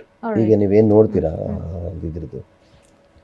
So ಅದು ಕಂಟಿನ್ಯೂ ಆಯಿತು. ಸೊ ಅವಾಗ ಎಲ್ಲರೂ ಹೇಳಿದ್ರು, ಗುಳಿಗನಿಗೆ ಇದೇ ರೀತಿ ಇರೋಕ್ಕೆ ಇಷ್ಟ ಏನು ಅಂತ ಅನ್ಸುತ್ತೆ, ಇನ್ಮೇಲೆ ಹೀಗೆ ಇರಲಿ. ಹೇಳಿ. ಫಸ್ಟ್ ಕಟ್ಕೊಂಡು ಹೋಗಿ ಮತ್ತೆ ಅದಕ್ಕೆಲ್ಲ ಏನು ಬೇಕೋ ಅದೆಲ್ಲ ಆಮೇಲೆ ಮಾಡ್ಕೊಂಡಿದ್ದೆ. ಬಟ್ ಸ್ಟೇಜ್ ಮೇಲೆ ಬರೋಕ್ಕೆ ಮುಂಚೆ ನನಗೊಂದೇ ಅನಿಸಿತ್ತು, ಇಲ್ಲೆಲ್ಲರೂ ನನ್ನನ್ನು ತುಳಿದವರೇ ಇರೋದು. ನನ್ನ ಬೆಳೆಸಿದ್ದಿದ್ರೆ ಇಷ್ಟೊತ್ತಿಗೆ ನಾನು ಬೇರೆ ಎಲ್ಲೋ ಜಾಗದಲ್ಲಿ ಬೆಳೆದ್ಬಿಟ್ಟಿದ್ದೆ. ನೀವು ಆವಾಗಲೇ ಹೇಳಿದಾಗ ಅದ್ರಲ್ಲಿ ಮಾಡಿದ್ದೀರಿ ಇದ್ರಲ್ಲಿ ಮಾಡಿದ್ದೀರಾ, ಬಟ್ ಅಷ್ಟು ಫೇಮಸ್ ಆಗಿರಲಿಲ್ಲ. ಕಾಂತಾರದಲ್ಲಿ ಗುರುವನಾಗಿ ಫೇಮಸ್ ಆಗಿದ್ದಂತ. ಎಲ್ಲ ಇದರಲ್ಲೂ ನಾನು ಫೇಮಸ್ ಆಗ್ಬೋದಿತ್ತು. ಬಟ್ ಫೇಮಸ್ ಮಾಡಲಿಕ್ಕೆ ಇಲ್ಲಿ ಯಾರಿಗೂ ಮನಸ್ಸಿರಲಿಲ್ಲ. ನಾನು ಎಷ್ಟೋ ಸರಿ ಕೆಲವರಿಗೆ ಹೇಳಿದ್ದುಂಟು, ಇಲ್ಲಿಂದ ಕೆಲವರು ಹೋಗ್ತಾರೆ, ಚಿಕ್ಕ ಚಿಕ್ಕ ರೋಲ್ಗಳು ಮಾಡ್ತಾರೆ, ಕಿರುತೆರೆಯಲ್ಲಿ ಮಿಂಚಿದ, ಅದು ಮಿಂಚಿದ, ಇದು ಮಿಂಚಿದ ಅಂತ ಇಲ್ಲಿ ಪೇಪರ್ನವರೆಲ್ಲ ತುಂಬ ಹಾಕಿದ್ರು. ಬಟ್ ಅವ್ರು ಯಾರ ಬಗ್ಗೆ ಹಾಕ್ತಾರೆ ನಾವು ಅವ್ರನ್ನ ಹುಡುಕ್ಬೇಕಿತ್ತು, ಅವ್ರು ಯಾರು ಎಲ್ಲಿದ್ದಾರೆ ಅಂತ. ಕಿರುತೆರೆಯಲ್ಲಿ ಮಿಂಚಿದನ್ನು ಯಾವ ರೋಲ್ ಮಾಡಿದ್ದಾರೆ ಇವರು? ಎಲ್ಲೋ ಒಂದು ಚಿಕ್ಕ ಪಾತ್ರವನ್ನೆಲ್ಲ ಮಾಡ್ತಾ ಇದ್ದವ್ರನ್ನೆಲ್ಲ ಇಲ್ಲಿ ಹೈಲೈಟ್ ಮಾಡ್ತಾ ಇದ್ರು ಕೆಲವರು. ಬಟ್ ನಾನು ಕೃಷ್ಣ ತುಳಸಿ ಅಂತಹ ಟಾಪ್ ಹಿಟ್ ಧಾರಾವಾಹಿ ಆ ಟೈಮಲ್ಲಿ, ಸುವರ್ಣದಲ್ಲಿ ಒಳ್ಳೆಯ ಒಂದು TRP ಕೊಟ್ಟಂತಹ ಒಂದು serial. And it was so fast moving. Plus 5 lakhs viewer ಇದ್ರು ಹಾಟ್ಸ್ಟಾರ್ ಅಲ್ಲಿ. ನಮಗೆ ಸ್ಟೂಡೆಂಟ್ಗಳೆಲ್ಲ ತುಂಬಾ ಕ್ರೇಜ್ ಆಗಿ ನೋಡ್ತಾ ಇದ್ರು. ಅದರದ್ದು ಒಂದು ಪ್ರೋಮೋನೇ ನೀವು ಯೂಟ್ಯೂಬಲ್ಲಿ ನೋಡಿದ್ರೆ ಗೊತ್ತಾಗುತ್ತೆ. ಆ ಪ್ರೋಮೋ ಬೇರೆ ಲೆವೆಲಲ್ಲಿ ಪ್ರೋಮೋ, ಅದೊಂದು ಸಿನಿಮಾದ ಪ್ರೋಮೋ ಥರ ಮಾಡಿದ್ದಾರೆ, ಫೈಟ್ ಎಲ್ಲ ಬಂದು. ಸೊ ಫೀಮೇಲ್ ಓರಿಯೆಂಟೆಡ್ ಏನು ಬರಿತಾ ಇತ್ತು ಸೀರಿಯಲ್ಗಳು, ಅದನ್ನೆಲ್ಲ ಬಿಟ್ಟು ಒಂದು ಮೇಲ್ ಓರಿಯೆಂಟೆಡ್ ಸೀರಿಯಲ್ ಬಂದಿದೆ. ಒಂದು ಹುಡುಗನ ಮೇಲೆ ಹೋಗ್ತಿರುವಂಥ ಸಬ್ಜೆಕ್ಟ್, ಆಮೇಲೆ ಹುಡುಗಿ ಮೇಲೆ ಹೋಗ್ತಿರುವಂಥ ಸಬ್ಜೆಕ್ಟ್ ಥರ ಬಂತು. ಅಂಥ ಸೀರಿಯಲಲ್ಲಿ ಮಾಡಿ ಕೂಡ ಮಂಗಳೂರಲ್ಲಿ I was not recognized. There was a huge fan base here for me. But ಆದರೂ ಯಾರು ಸಪೋರ್ಟ್ ಮಾಡಬೇಕಿತ್ತು ನನಗೆ, ಯಾರೂ ನನ್ನ ಸಪೋರ್ಟ್ ಮಾಡಿಲ್ಲ ಆ ಟೈಮಲ್ಲಿ. ನಾನು ಕೃಷ್ಣ ತುಳಸಿ ಟೈಮಲ್ಲಿ Times of India, Deccan Herald, ಈ 2 ದೊಡ್ಡ ಪೇಪರ್ಗೆ ಮಾತ್ರ ಇಂಟರ್ವ್ಯೂ ಕೊಟ್ಟಿದ್ದೀನಿ ಹೊರತು ಬೇರೆ ಯಾರು ನನ್ನ ಹತ್ರ ಬಂದು ಇಂಟರ್ವ್ಯೂನು ಕೇಳಿಲ್ಲ. Nothing has done. ನಾನು ಮಂಗಳೂರಲ್ಲಾಗಿದ್ರು, ಮಂಗಳೂರಲ್ಲೂ ಕೂಡ ಯಾವ ಚಾನಲ್ಲು ನನ್ನ ಬಗ್ಗೆ ಮಾತಾಡಿಲ್ಲ, ಯಾರು ನನ್ನ ಹತ್ರ ಏನು ಕೇಳಿಲ್ಲ. Done. After that I did Radha Kalyana. ಆ ಟೈಮಲ್ಲೂ ಯಾರೂ ನನ್ನ ಹತ್ರ ಬಂದಿಲ್ಲ, ಯಾರೂ ಏನೂ ಮಾಡಿಲ್ಲ. ಸೊ ಓಕೆ, ಇದೆಲ್ಲ ಬಿಟ್ಟು ಅದರ ಹಿಂದೆ ಇದ್ದದ್ದು ಕೆಲವು ಜನಗಳು, ಅಂದರೆ ನಾನು ಅದಕ್ಕಿಂತ ಮುಂಚೆ ಇಲ್ಲಿ ಎಷ್ಟೋ ಸಿನಿಮಾಗಳು ಮಾಡಬೇಕು ಅಂತ ಹೊರಟವನು. 2014 ಬರ್ಕೆ ಅನ್ನೋ ಒಂದು ಸಿನಿಮಾ ಮಾಡಿ 2018 ಕೃಷ್ಣ ತುಳಸಿ ಮಾಡ್ತೀನಿ. 4 years what I was doing. 4 ವರ್ಷ ಏನು ಮಾಡ್ತಿದ್ದೆ ನಾನು? ಆ 4 ವರ್ಷ ನನ್ನನ್ನು ಏನು ಮಾಡಕ್ಕೆ ಬಿಡಲಿಲ್ಲ. ಇಲ್ಲೊಂದು ದೊಡ್ಡ ಹೇಳ್ತಾರಲ್ಲ, ಪೊಲಿಟಿಕಲ್ಸ್ ಇರುತ್ತೆ, ಸಿನಿಮಾ ರಂಗದಲ್ಲೂ ದೊಡ್ಡ ಪೊಲಿಟಿಕಲ್ಸ್. ಸೊ ಅದು ಗೊತ್ತಾಗೋಗು ಸ್ವಲ್ಪ ಲೇಟ್ ಆಗಿ ಹೋಗ್ಕೋಯ್ತು ನನಗೆ. ನನಗೆ ಗೊತ್ತಿಲ್ಲ, ನನ್ನ ಜೊತೆ ಇದ್ದವ್ರು ಆಟ ಆಡಿದ್ರು, ಇಲ್ಲ ನಾನು ಬೆಳಿಬಾರ್ದು ಅಂತಲೇ ಫಿಕ್ಸ್ ಆಗಿಬಿಟ್ಟಿದ್ರು, ಇಲ್ಲ ಬೆಳೆದ್ರೆ ಕೈ ಬಿಟ್ಟು ಹೋಗ್ತಾನೆ, ಎಲ್ಲೋ ಹೋಗ್ತಾನೆ, ಏನೋ ಒಂದು ಗೊತ್ತಿಲ್ಲ ನನಗೆ. ಬೆಳಿಬಾರ್ದು ಅನ್ನೋದೊಂದು ಇತ್ತಲ್ಲ ಇದರಲ್ಲಿ. ನಾನು ಬೆಳೆಸ್ಲಿಕ್ಕೆ ಯಾರೂ ಹೋಗಲಿಲ್ಲ. ಇಲ್ಲಿ ನಾನಾಗಿ ಬೆಳಿತೀನಿ ಅಂತ ಹೇಳಿದ್ರು ಇಲ್ಲಿ ಅಡ್ಡ ಕಾಲಿಟ್ಟು ನಿಂತವ್ರು ತುಂಬ ಜನ ಇದ್ರು. ನಾನು ಅದನ್ನು ತುಂಬ ಎಕ್ಸ್ಪೀರಿಯನ್ಸ್ ಮಾಡಿದ್ದೀನಿ ಲೈಫಲ್ಲಿ. ಒಂದು ಹೋಟ್ಲಲ್ಲಿ ರೂಮ್ ಬುಕ್ ಮಾಡಿ ಸಿನಿಮಾವನ್ನು ಮಾತಾಡಿ ನನ್ನ ಡ್ರೆಸ್ಸಿದ ಅಳತೆ ಕೂಡ ಎತ್ಕೊಂಡು ಹೋಗ್ತಾರೆ. 5 ದಿವಸದಲ್ಲಿ ಶೂಟಿಂಗ್ ಅಂತ ಹೇಳಿ ಡ್ರೆಸ್ಸಿದ ಅಳತೆ ಕೂಡ ಎತ್ಕೊಂಡು ಹೋಗ್ತಾರೆ. ಮರು ದಿವಸ ನನಗೆ ಫೋನೇ ಬರಲ್ಲ, ಕೇಳಿದ್ರೆ ಹೀರೋ ಚೇಂಜ್ ಆಗಿದೆ ಅಂತ ಹೇಳ್ತಾರೆ. ಸೊ ಇಂಥದ್ದೆಲ್ಲ ತುಂಬ ಅನುಭವಿಸಿದ್ದೀನಿ. ಸೊ ಅದೆಲ್ಲ ಮನಸ್ಸೊಳಗಡೆ ಇತ್ತು. ಮತ್ತೆ ಇಲ್ಲಿ ಒಂದು ಏನಿತ್ತು ಅಂತ ಹೇಳಿದ್ರೆ ಐರನ್ ಲೆಗ್ ಅನ್ನೋ ಒಂದು ದೊಡ್ಡ ಹೆಸರು ಪಟ್ಟ ನಂಗೆ ಕೊಟ್ಬಿಟ್ಟಿದ್ರು. ಅವನ ಸಿನಿಮಾದಲ್ಲಿ ಹಾಕಿದ್ರೆ ಸಿನಿಮಾ ಓಡಲ್ಲ, ಅವನ ಸಿನಿಮಾದಲ್ಲಿ ಹಾಕಿದ್ರೆ ಸಿನಿಮಾದಲ್ಲ, ಕೃಷ್ಣ ತುಳಸಿ ನಿಂತಿದ್ದ ಅದಕ್ಕೆ, ಅದು ನಿಂತಿದ್ದು ಇದಕ್ಕೆ, ಇದು ಅದನ್ನಂತ ಎಲ್ಲವನ್ನೂ ಹೇಳ್ಕೊಂಡ್ಬಂದ್ರು. ಅದೆಲ್ಲ ಮನಸ್ಸಲ್ಲಿ ಇಟ್ಕೊಂಡಿದ್ದೆ. ಆ ಅಗ್ರೆಸಿವ್ನೆಸ್ ಒಂದು ಒಳಗಡೆ ಇತ್ತು ನನಗೆ. ಇನ್ನೊಂದು ನನಗೆ ಇಷ್ಟವಾದಂಥ ಪಾತ್ರವನ್ನು, ಆ ಒಂದು ದೈವದ ಇದನ್ನು ನಾನು ಡೈಲಿ ನೋಡ್ಕೊಂಡು ಕೂತ್ಕೊಂಡವನು. ಅದು ಎಷ್ಟು ಅಗ್ರೆಸಿವ್ ಆಗಿರುತ್ತೆ ಅಂತ ನೋಡ್ಕೊಂಡು ಕೂತ್ಕೊಂಡವನು. ಅವತ್ತು ಆ ಒಂದು ಮೇಕಪ್ಪನ್ನು ಹಾಕಿ ನಾನು ನನ್ನ ವೇದಿಕೆಯ ಮೇಲೆ ನುಗ್ಗಿದಾಗ ನನಗಿದ್ದಿದ್ದು ಒಂದೇ, ಅಲ್ಲಿ ಇರೋರು ಸುತ್ತ ಇದ್ದವರು ಎಷ್ಟು ಜನ ನನ್ನನ್ನು ಪ್ರೀತಿ ಮಾಡಿದವರು ಇರ್ತಾರೋ ಗೊತ್ತಿಲ್ಲ, ಆದರೆ ತುಂಬ ಜನ ನಾನು ಏನು ಮಾಡ್ತೀನಿ ಅಂತ ನೋಡಕ್ಕೆ ಬಂದಿರೋರು ಇರ್ತಾರೆ ಗ್ಯಾರಂಟಿ. ನನ್ನನ್ನು ಯಾರೆಲ್ಲ ತುಳಿದಿದ್ದಾರೋ ಅಂಥವ್ರನ್ನೆಲ್ಲ ಸ್ಟೇಜ್ ಮೇಲೆ ಹಾಕಿ ತುಳಿಬೇಕು ಅಂತ ಅವತ್ತು ನಿರ್ಧಾರ ಮಾಡಿದ್ದೆ ನಾನು. ಸೊ ಅದೇ ಫಸ್ಟ್ ಇದ್ದು ಗುಳಿಗನ ಹಬ್ಬ. ಅವತ್ತು ಗುಳಿಗ ನನ್ನ ಮೈ ಮೇಲೆ ಬಂದಿದ್ದು ಇಲ್ಲ, ಏನೂ ಇಲ್ಲ. ಅಲ್ಲಿ ಎಲ್ರಿಗೂ ಆ ಥರ ಅನಿಸಿತ್ತು, ಸಮ್ ವೈಬ್ ಹ್ಯಾಸ್ ಕಮ್ ಅಂತ. ಅವರ ಆಶೀರ್ವಾದದಿಂದ ನಾನು ಅವತ್ತು ಮಾಡಿದ್ದೀನಿ ಹೊರತು ಬೇರೆ ನನಗೆ ಯಾವ ವೈಬು ಅಲ್ಲಿ ಇರಲಿಲ್ಲ. ನನಗಿದ್ದಿದ್ದು ಒಂದೇ, ಒಬ್ಬ ಕಲಾವಿದನನ್ನ ನೋಡಿಲ್ಲ ನೀವು ಅಂತಿದ್ರೆ, ನನ್ನೊಳಗೆ ಒಬ್ಬ ಕಲಾವಿದನಿದ್ದಾನೆ, ಎಂಥ ಕಲಾವಿದನಿದ್ದಾನೆ ಅಂತ ಹೇಳ್ತೇನೆ.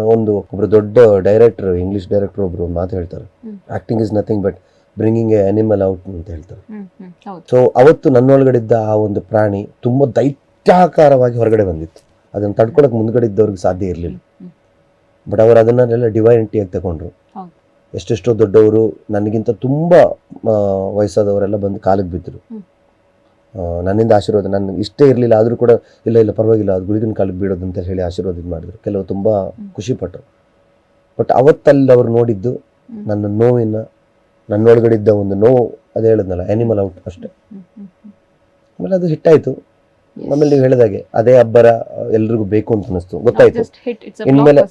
ಇನ್ಮೇಲೆ ನಾವು ಅದನ್ನ ಹಾಗೆ ಕಂಟಿನ್ಯೂ ಮಾಡಿದ್ರೆ ಮಾತ್ರ ಹೋಗ್ಬೇಕು. ಬಟ್ ನನಗೆ ಗೊತ್ತಿಲ್ಲ ನಾನು ಏನ್ ಮಾಡಿದೀನಿ ಅಂತ. It was not a practical like ನಾನು ಇದೇ ರೀತಿ ಮಾಡಿದ್ದೆ ಅನ್ನೋದಕ್ಕೋಸ್ಕರ ಇದ್ರೆ ನಾನು ಮಾಡ್ಬೋದಿತ್ತಲ್ಲ. ನನ್ಗೆ ಗೊತ್ತಿಲ್ಲ ನಾನು ಎಲ್ಲಿ ಪಲ್ಟಿ ಹೊಡೆದಿದ್ದೀನಿ. ದೆನ್ ಐ ಥಾಟ್ ಇಲ್ಲ, ಇದನ್ನ ಅವತ್ತು ಮಾಡ್ದಾಗೆ ನೆಕ್ಸ್ಟ್ ಡೇ ಮಾಡಬೇಕು, ನೆಕ್ಸ್ಟ್ ಡೇ ಮಾಡ್ದಾಗೆ ನೆಕ್ಸ್ಟ್ ಡೇ ಮಾಡಬೇಕು ಅಂತ ಇಲ್ಲ. ನಿನ್ ಮನ್ಸಿಗೆ ಹೇಗೆ ಬರುತ್ತೆ ಸ್ಟೇಜ್ ಒಳಗಡೆ ಹೋಗ್ಬೇಕು ಹಾಗೆ ಮಾಡಬೇಕು ಅಂತ. ಬಟ್ ಜನಗಳನ್ನ ನೋಡ್ತಾ ನೋಡ್ತಾ ನೋಡ್ತಾ ಆ ಎನರ್ಜಿ, ಈಗ ನಾವು 2 ಶೋ ಮಾಡ್ತೀವಿ, ಒಂದಿನಕ್ಕೆ 3 ಶೋ ಮಾಡ್ತೀವಿ, ಮಾಡಿದಾಗ ಅದು ಏನಿರುತ್ತೆ ಅಂತ ಹೇಳಿದ್ರೆ ಅಲ್ಲಿ ಬಂದಾಗ ನಿಮ್ಗೆ ಜನಗಳನ್ನ ನೋಡ್ತೀವಲ್ವಾ. ನಮಗೋಸ್ಕರ ನಾವು ಹೋಗೋವಾಗ್ಲೇ 9 ಗಂಟೆಗೆ, ಇವಾಗ ನಾವು ಒಂದು 10 ಗಂಟೆಗೆ ಶೋ ಅಂತ ಹೇಳಿದ್ರೆ ನಾವು 8 ಗಂಟೆಗೆ ಅಲ್ಲಿ ರೀಚ್ ಆಗುವಾಗ 6 ಗಂಟೆಗಿಂತ ಕುತ್ಕೊಂಡವ್ರು ಇರ್ತಾರೆ, ಎಲ್ಲಿ ಸೀಟ್ ಇರಲ್ವೋ ಅಂತೇಳಿ. ಅಂತ ಜನಗಳನ್ನೆಲ್ಲ ನೋಡುವಾಗ ನಮ್ಗೆ ಅನ್ಸುತ್ತೆ ಇಲ್ಲ, ವಿ ಕ್ಯಾನ್ ಡೂ ಇಟ್. 2ನೇ ಶೋ ಆದ್ರೆ ಕೆಲವು ಸರಿ 2ನೇ ಶೋ 3 ಗಂಟೆ ಸ್ಟಾರ್ಟ್ ಆಗುತ್ತೆ, 2 ಗಂಟೆ ಸ್ಟಾರ್ಟ್ ಆಗುತ್ತೆ. 2 ಗಂಟೆ ಸ್ಟಾರ್ಟ್ ಆಗಲು ಅಷ್ಟು ಜನ ನಮಗೋಸ್ಕರ ಕಾತ್ಕೊಂಡು ಕುತ್ಕೊಂಡಿದ್ದಾರೆ ಅಂತ ಹೇಳಿದ್ರೆ, ಸೊ ಅಂತವ್ರಿಗೋಸ್ಕರ ಫಸ್ಟ್ ಶೋಗಿಂತ ನನ್ನ ಸೆಕೆಂಡ್ ಶೋ ಎಲ್ಲ ಜಾಸ್ತಿ ಅಬ್ಬರ ನಂದು. 3rd ಶೋ ಇನ್ನೊಬ್ಬರ ಮಾಡ್ತೀನಿ ನಾನು. ಸೊ ಒಂದೇ ಜಾಗದಲ್ಲಿ ಇದ್ರೆ ಇನ್ನೂ ಚೆನ್ನಾಗಿ ಮಾಡ್ತೀನಿ, ಯಾಕಂತ ಹೇಳಿದ್ರೆ ಆ ಸ್ಟೇಜ್ ನನಗೆ ಗ್ರಿಪ್ ಸಿಗ್ತಾ ಹೋಗುತ್ತೆ. So it's going. ಸೊ ನಿಮ್ಮ ನಾಟಕ ಇರ್ಬೋದು, ಬ್ಯಾಕ್ ಟು ಬ್ಯಾಕ್ ಶಿವದೂತಗಳಿಗೆ ಫಿಕ್ಸ್ ಆಯ್ತು. ನಿಮಗೆ ಡೈಲಿ ಶೋ ಇತ್ತು, ರಾತ್ರಿ ಹೋಗ್ಬೇಕು, ನಿದ್ದೆ ಇಲ್ಲ. ಅದರ ಜೊತೆಗೆ ಮೂವಿ ಕೂಡ ಆ ಟೈಮಲ್ಲಿ, ಕೋವಿಡ್ ಟೈಮಲ್ಲಿ ಏನೋ ಕಾಂತಾರ ಮತ್ತೆ ಇದು ನಿಮ್ಮ ಶಿವದೂತಗಳಿಗೆ ಅದು ಡೇಟ್ ಕೂಡ ಕ್ಲಾಶ್ ಆಗುತ್ತೆ. ಸೊ ಇದೆಲ್ಲ ಇರ್ಬೇಕಾದ್ರೆ ಹೇಗೆ ಮೇಂಟೈನ್ ಮಾಡಿದ್ರಿ? ನಿದ್ದೆ ಇಲ್ಲ, ಆ ಕಡೆ ಹೋಗ್ಬೇಕು, ಒಂದ್ಸಲ ಬೆಂಗಳೂರು, ಟೈಮಲ್ಲೆಲ್ಲ ಹೇಳಿದ್ರೆ ಐ ವಾಸ್ ಜಸ್ಟ್ ಥಿಂಕಿಂಗ್, ಮನುಷ್ಯನಿಗೆ ಈ ದುಡ್ಡು ಅದು ಇದು ಆಸೆಗಳಿಗಿಂತ ಜಾಸ್ತಿ ನೆಮ್ಮದಿ ಸಾಕು ಅಂತ ಅನಿಸ್ತಿತ್ತು. ತುಂಬ ಹತ್ತಿದ್ದೀನಿ ನಾನು ಲೈಫಲ್ಲಿ. ಅಂದರೆ ಆಗಲಿಲ್ಲ ನನ್ನ ಕೈನಲ್ಲಿ. ನಾರ್ಮಲ್ ಆಗಿ ಇದ್ಬಿಡೋಣ ಅಂತ ಅನಿಸ್ಬಿಡ್ತು, ಬೇಕಾಗಿರ್ಲಿದ್ದಲ್ಲ ಅಂತೇಳಿ. ನಾವೇನೋ ಒಂದು ಅದೇ ನನ್ನ ಲೈಫ್ ಅಷ್ಟೇ. ನನಗೆ ಇವಾಗ ಒಂದು 10,000 ಇರುತ್ತೆ ಅನ್ಕೊಳ್ಳಿ, 10,000 ಕಮ್ಮಿ ಆಗ್ತಾ ಹೋಗುತ್ತೆ 10 ರೂಪಾಯಿಗೆ ಬಂದು ನಿಲ್ತೀನಲ್ವಾ. ಆ 10 ರೂಪಾಯಿ ಮೇಲೆ ನಾನು ಒಂದು ತಿಂಗಳು 10 ರೂಪಾಯಿಲೇ ಬದುಕಿಸ್ಬಿಡ್ತಾರೆ ದೇವರು. ನನಗೆ ಎಷ್ಟು ಇದು ಮಾಡ್ತಾರೆ ಅಂತ ಹೇಳಿದ್ರೆ, ಬಟ್ ನನಗೆ ಗೊತ್ತು 1 ತಿಂಗಳಾದ್ಮೇಲೆ 10 ಅಲ್ಲ 1 ಲಕ್ಷ ಬರ್ಲಿಕ್ಕೆ ಏನೋ ಪ್ಲಾನ್ ಮಾಡಿಟ್ಟಿದ್ದಾರೆ ದೇವರು ಅಂತ. ಸೊ ನನ್ನ ಲೈಫ್ ಸ್ಟೈಲ್ ಇದೆ, ದೇವ್ರು ನನ್ಗೆ ಕೊಟ್ಟಿದ್ದ ಲೈಫ್ ಸ್ಟೈಲ್ ಇದೇ ಇರುತ್ತೆ. ಯಾವಾಗ ನೋಡಿದ್ರೆ ನಂಗೆ ಈಗ ನಂಗೆ ಡೈಲಿ ನನ್ನ ಮನೇಲಿ ಮಲಗ್ತಾ ಇರ್ತೀನಿ ಅನ್ಕೊಳ್ಳಿ. ನೈಟು ನಿದ್ದೆ ಮಾಡಿದ್ರೆ ಬೆಳಿಗ್ಗೆ ಒಂದು 11-12 ಗಂಟೆಗೆ ಎದ್ದೇಳೋದು, ಮತ್ತೆ ಮಲಗೋದು, ಆ ಥರ ಎಲ್ಲ ಮಲಗ್ತಾ ಇದ್ರೆ ನಮ್ಮ ಮನೇಲಿ ಹೇಳ್ತಾರೆ, ಇಲ್ಲಾದ್ರೂ ಹೋಗೋ ಹೊರಗಡೆ ಯಾಕೆ ಮಲಗ್ತಾನೆ ಇರ್ತೀಯಾ? ಅವಾಗ ನಾನು ಹೇಳ್ತೀನಿ, ನಾನು ಈ ಥರ ಮಲಗ್ತಾ ಇದ್ದೀನಿ ಅಂತ ಹೇಳಿದ್ರೆ my sleepless nights are gonna come soon ಅಂತ. ಹಾಗೆ ಆಗ್ಬಿಡುತ್ತೆ, ಪ್ರೆಡಿಕ್ಷನ್ ಇರುತ್ತೆ. ಹಾಗೆ ಆಗ್ಬಿಡುತ್ತೆ. ಮಲಗಕ್ಕೆ ಸಿಗೋದಿಲ್ಲ, ಒಂದು ಚೂರು ಮಲಗೋದು. ಬೆಳಗ್ಗೆಯಿಂದ ಸಾಯಂಕಾಲ ತನಕ ಶೂಟ್ ಮಾಡು, ನೈಟ್ ಡ್ರಾಮಕ್ಕೆ ಹೋಗು, ಬೆಳಗ್ಗೆಯಿಂದ ಸಾಯಂಕಾಲ ತನಕ ಶೂಟ್ ಮಾಡು, ಬಿಸಿಲಲ್ಲಿರು, ನೈಟ್ ಟ್ರಾವೆಲ್ ಮಾಡು. ಒಂದು 10-15 ದಿವಸ ನಿದ್ದೆನೆ ಮಾಡಿದಿರೋ ಶೂಟ್ ಎಲ್ಲ ಮಾಡಿದ್ವು ಇದೆ ನಾನು. ಸೊ ನನಗೆ ಆತರ ದೇತ ತಪ್ಪಡ್ಬಾಡ್ಗೆ ದೇತ ಅಂತಲ್ಲ, ಕೊಟ್ರೆ ದೇವರ ಆಗಿ ಕೊಡೋದು ನನಗೆ. ಸೊ ಅಭ್ಯಾಸ ಆಗ್ಬಿಟ್ಟಿದೆ ನನಗೆ. ಯಾಕಂತ ಹೇಳಿದ್ರೆ ಸಿನಿಮಾ ಅಂತ ಬಂದಾಗ ನನಗೆ ಅದೊಂದೊಂಥರ ಬೇರೆ ವೈಬ್. ನನಗೆ ಕ್ಯಾಮ್ರಾ ಮುಂದೆ ಇಟ್ಕೊಂಡು ಆಕ್ಷನ್ ಅಂತ ಹೇಳಿದ್ಬಿಟ್ರೆ, ನಾನು ಫೀವರ್ ಅಲ್ಲಿ ಇದ್ರು ಕೂಡ ಏನೇ ಆಗಿದ್ರು ಕೂಡ ನಾನು ಎದ್ದೋಡಕ್ ರೆಡಿ ಇರ್ತೀನಿ. ಕಂಬಳವನ್ನ ನಾನು ನೋಡಿದ್ದು ಕಮ್ಮಿ, ನಾನು ಜಾಸ್ತಿ ಕಂಬಳಕ್ಕೆ ಹೋಗಿದ್ದು ನೆನಪೇ ಇಲ್ಲ ನನಗೆ. ನಾನು ದೈವ ಕೋಲಕ್ಕೆ ಜಾಸ್ತಿ ಹೋದವನು, ಕಂಬಳಕ್ಕೆಲ್ಲೂ ಹೋಗಿಲ್ಲ.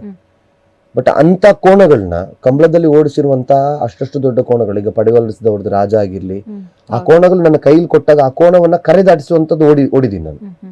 2-3 ಸರಿ ಬಿದ್ದಿದ್ದೀನಿ, ಕೈ ಕಾಲೆಲ್ಲ ಏಟ್ ಮಾಡ್ಕೊಂಡಿದ್ದೀನಿ. ಬಟ್ ಕ್ಯಾಮ್ರಾದಲ್ಲಿ ಆಗಲ್ವಾ ಅಂತ ಕೇಳಿದಾಗ ಆಗುತ್ತೆ ಅಂತ ಅಂದವನು.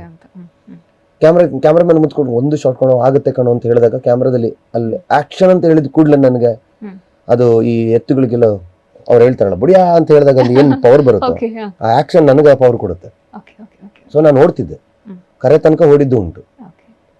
ಸೊ ಅದು ಎಲ್ಲಿಂದ ಬಂತು ಅಂತೆಲ್ಲ ಗೊತ್ತಿಲ್ಲ. ಇಟ್ ಈಸ್ ಚಿಕ್ಕ ವಯಸ್ಸಿಂದ ಅಷ್ಟೇ ನನಗೆ ಈ ಆಕ್ಷನ್ ಅಂದ್ಕೊಳ್ಳೆ ಎಲ್ಲೋ ಒಂದು ಬಾಡಿ ಆಕ್ಟಿವ್ ಆಗಿಬಿಡುತ್ತೆ. ಒಬ್ಬ ನಟನಿಗೆ ಬೇಕಾದಂತ ಇಂಪಾರ್ಟೆಂಟ್ ಪಾರ್ಟ್. ಸೊ ಅದು ಗೊತ್ತಿಲ್ಲ ಅದು ಎಲ್ಲಿಂದ ಬಂತು, ಏನಾಗುತ್ತೆ. ಹುಷಾರಿಲ್ದಿದ್ರು ಕೂಡ ಕ್ಯಾಮ್ರಾ ಮುಂದೆ ಬಂದಾಗ ಸರಿ ಇಡ್ತೀನಿ ನಾನು, ಸ್ಟೇಜ್ ಮುಂದೆ ಬಂದಾಗ ಸರಿ ಇಡ್ತೀನಿ. ಕೈ ಫ್ರಾಕ್ಚರ್ ಆಗಿ ಕೂಡ ನಾಟಕವನ್ನ ಅದೇ ರೀತಿ ಅಬ್ಬರದಲ್ಲಿ ಅದೇ ರೀತಿ ಪಲ್ಟಿ ಹೊಡ್ಕೊಂಡು ಮಾಡಿದ್ದೆ. ಒಂದ್ಸಲ ಶಿವದೂತಗುಳಿಯಲ್ಲಿ ಒಂದು ಇನ್ಸಿಡೆಂಟ್ ಫ್ರಾಕ್ಚರ್ ಆಗಿತ್ತು.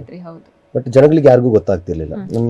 ಇದು ಕಟ್ಟಾಗಿತ್ತು, ಇದು ಕಟ್ಟಾಗಿತ್ತು, and it was a pin crack here. But black colour gloves ಹಾಕ್ಬಿಟ್ಟು ಯಾರಿಗೂ ಗೊತ್ತಾಗ್ತಿರ್ಲಿಲ್ಲ. ಕೈಗೆ ಅದೇ ರೀತಿನ ಕಟ್ಕೊಂಡು ಅಷ್ಟೇ ಪಲ್ಟಿಯನ್ನು ಹೊಡಿತಾ ಇದ್ದೆ ನಾನು, ಯಾರಿಗೂ ಗೊತ್ತಾಗ್ತಿರ್ಲಿಲ್ಲ. ಹಾಗೇನೆ ಡ್ರಿಪ್ಸ್ ಹಾಕಿ ಕೂಡ ಡ್ರಾಮಾ ಮಾಡಿದ್ದೀನಿ. ಇರೋರೆಲ್ಲ ಹೇಳ್ತಿದ್ರು ಪಲ್ಟಿ ಹೊಡಿಬೇಡ, ತಲೆ ಸುತ್ತ ಬಿದ್ದುಬಿಡ್ತೀಯ ಅಂತೇಳಿ.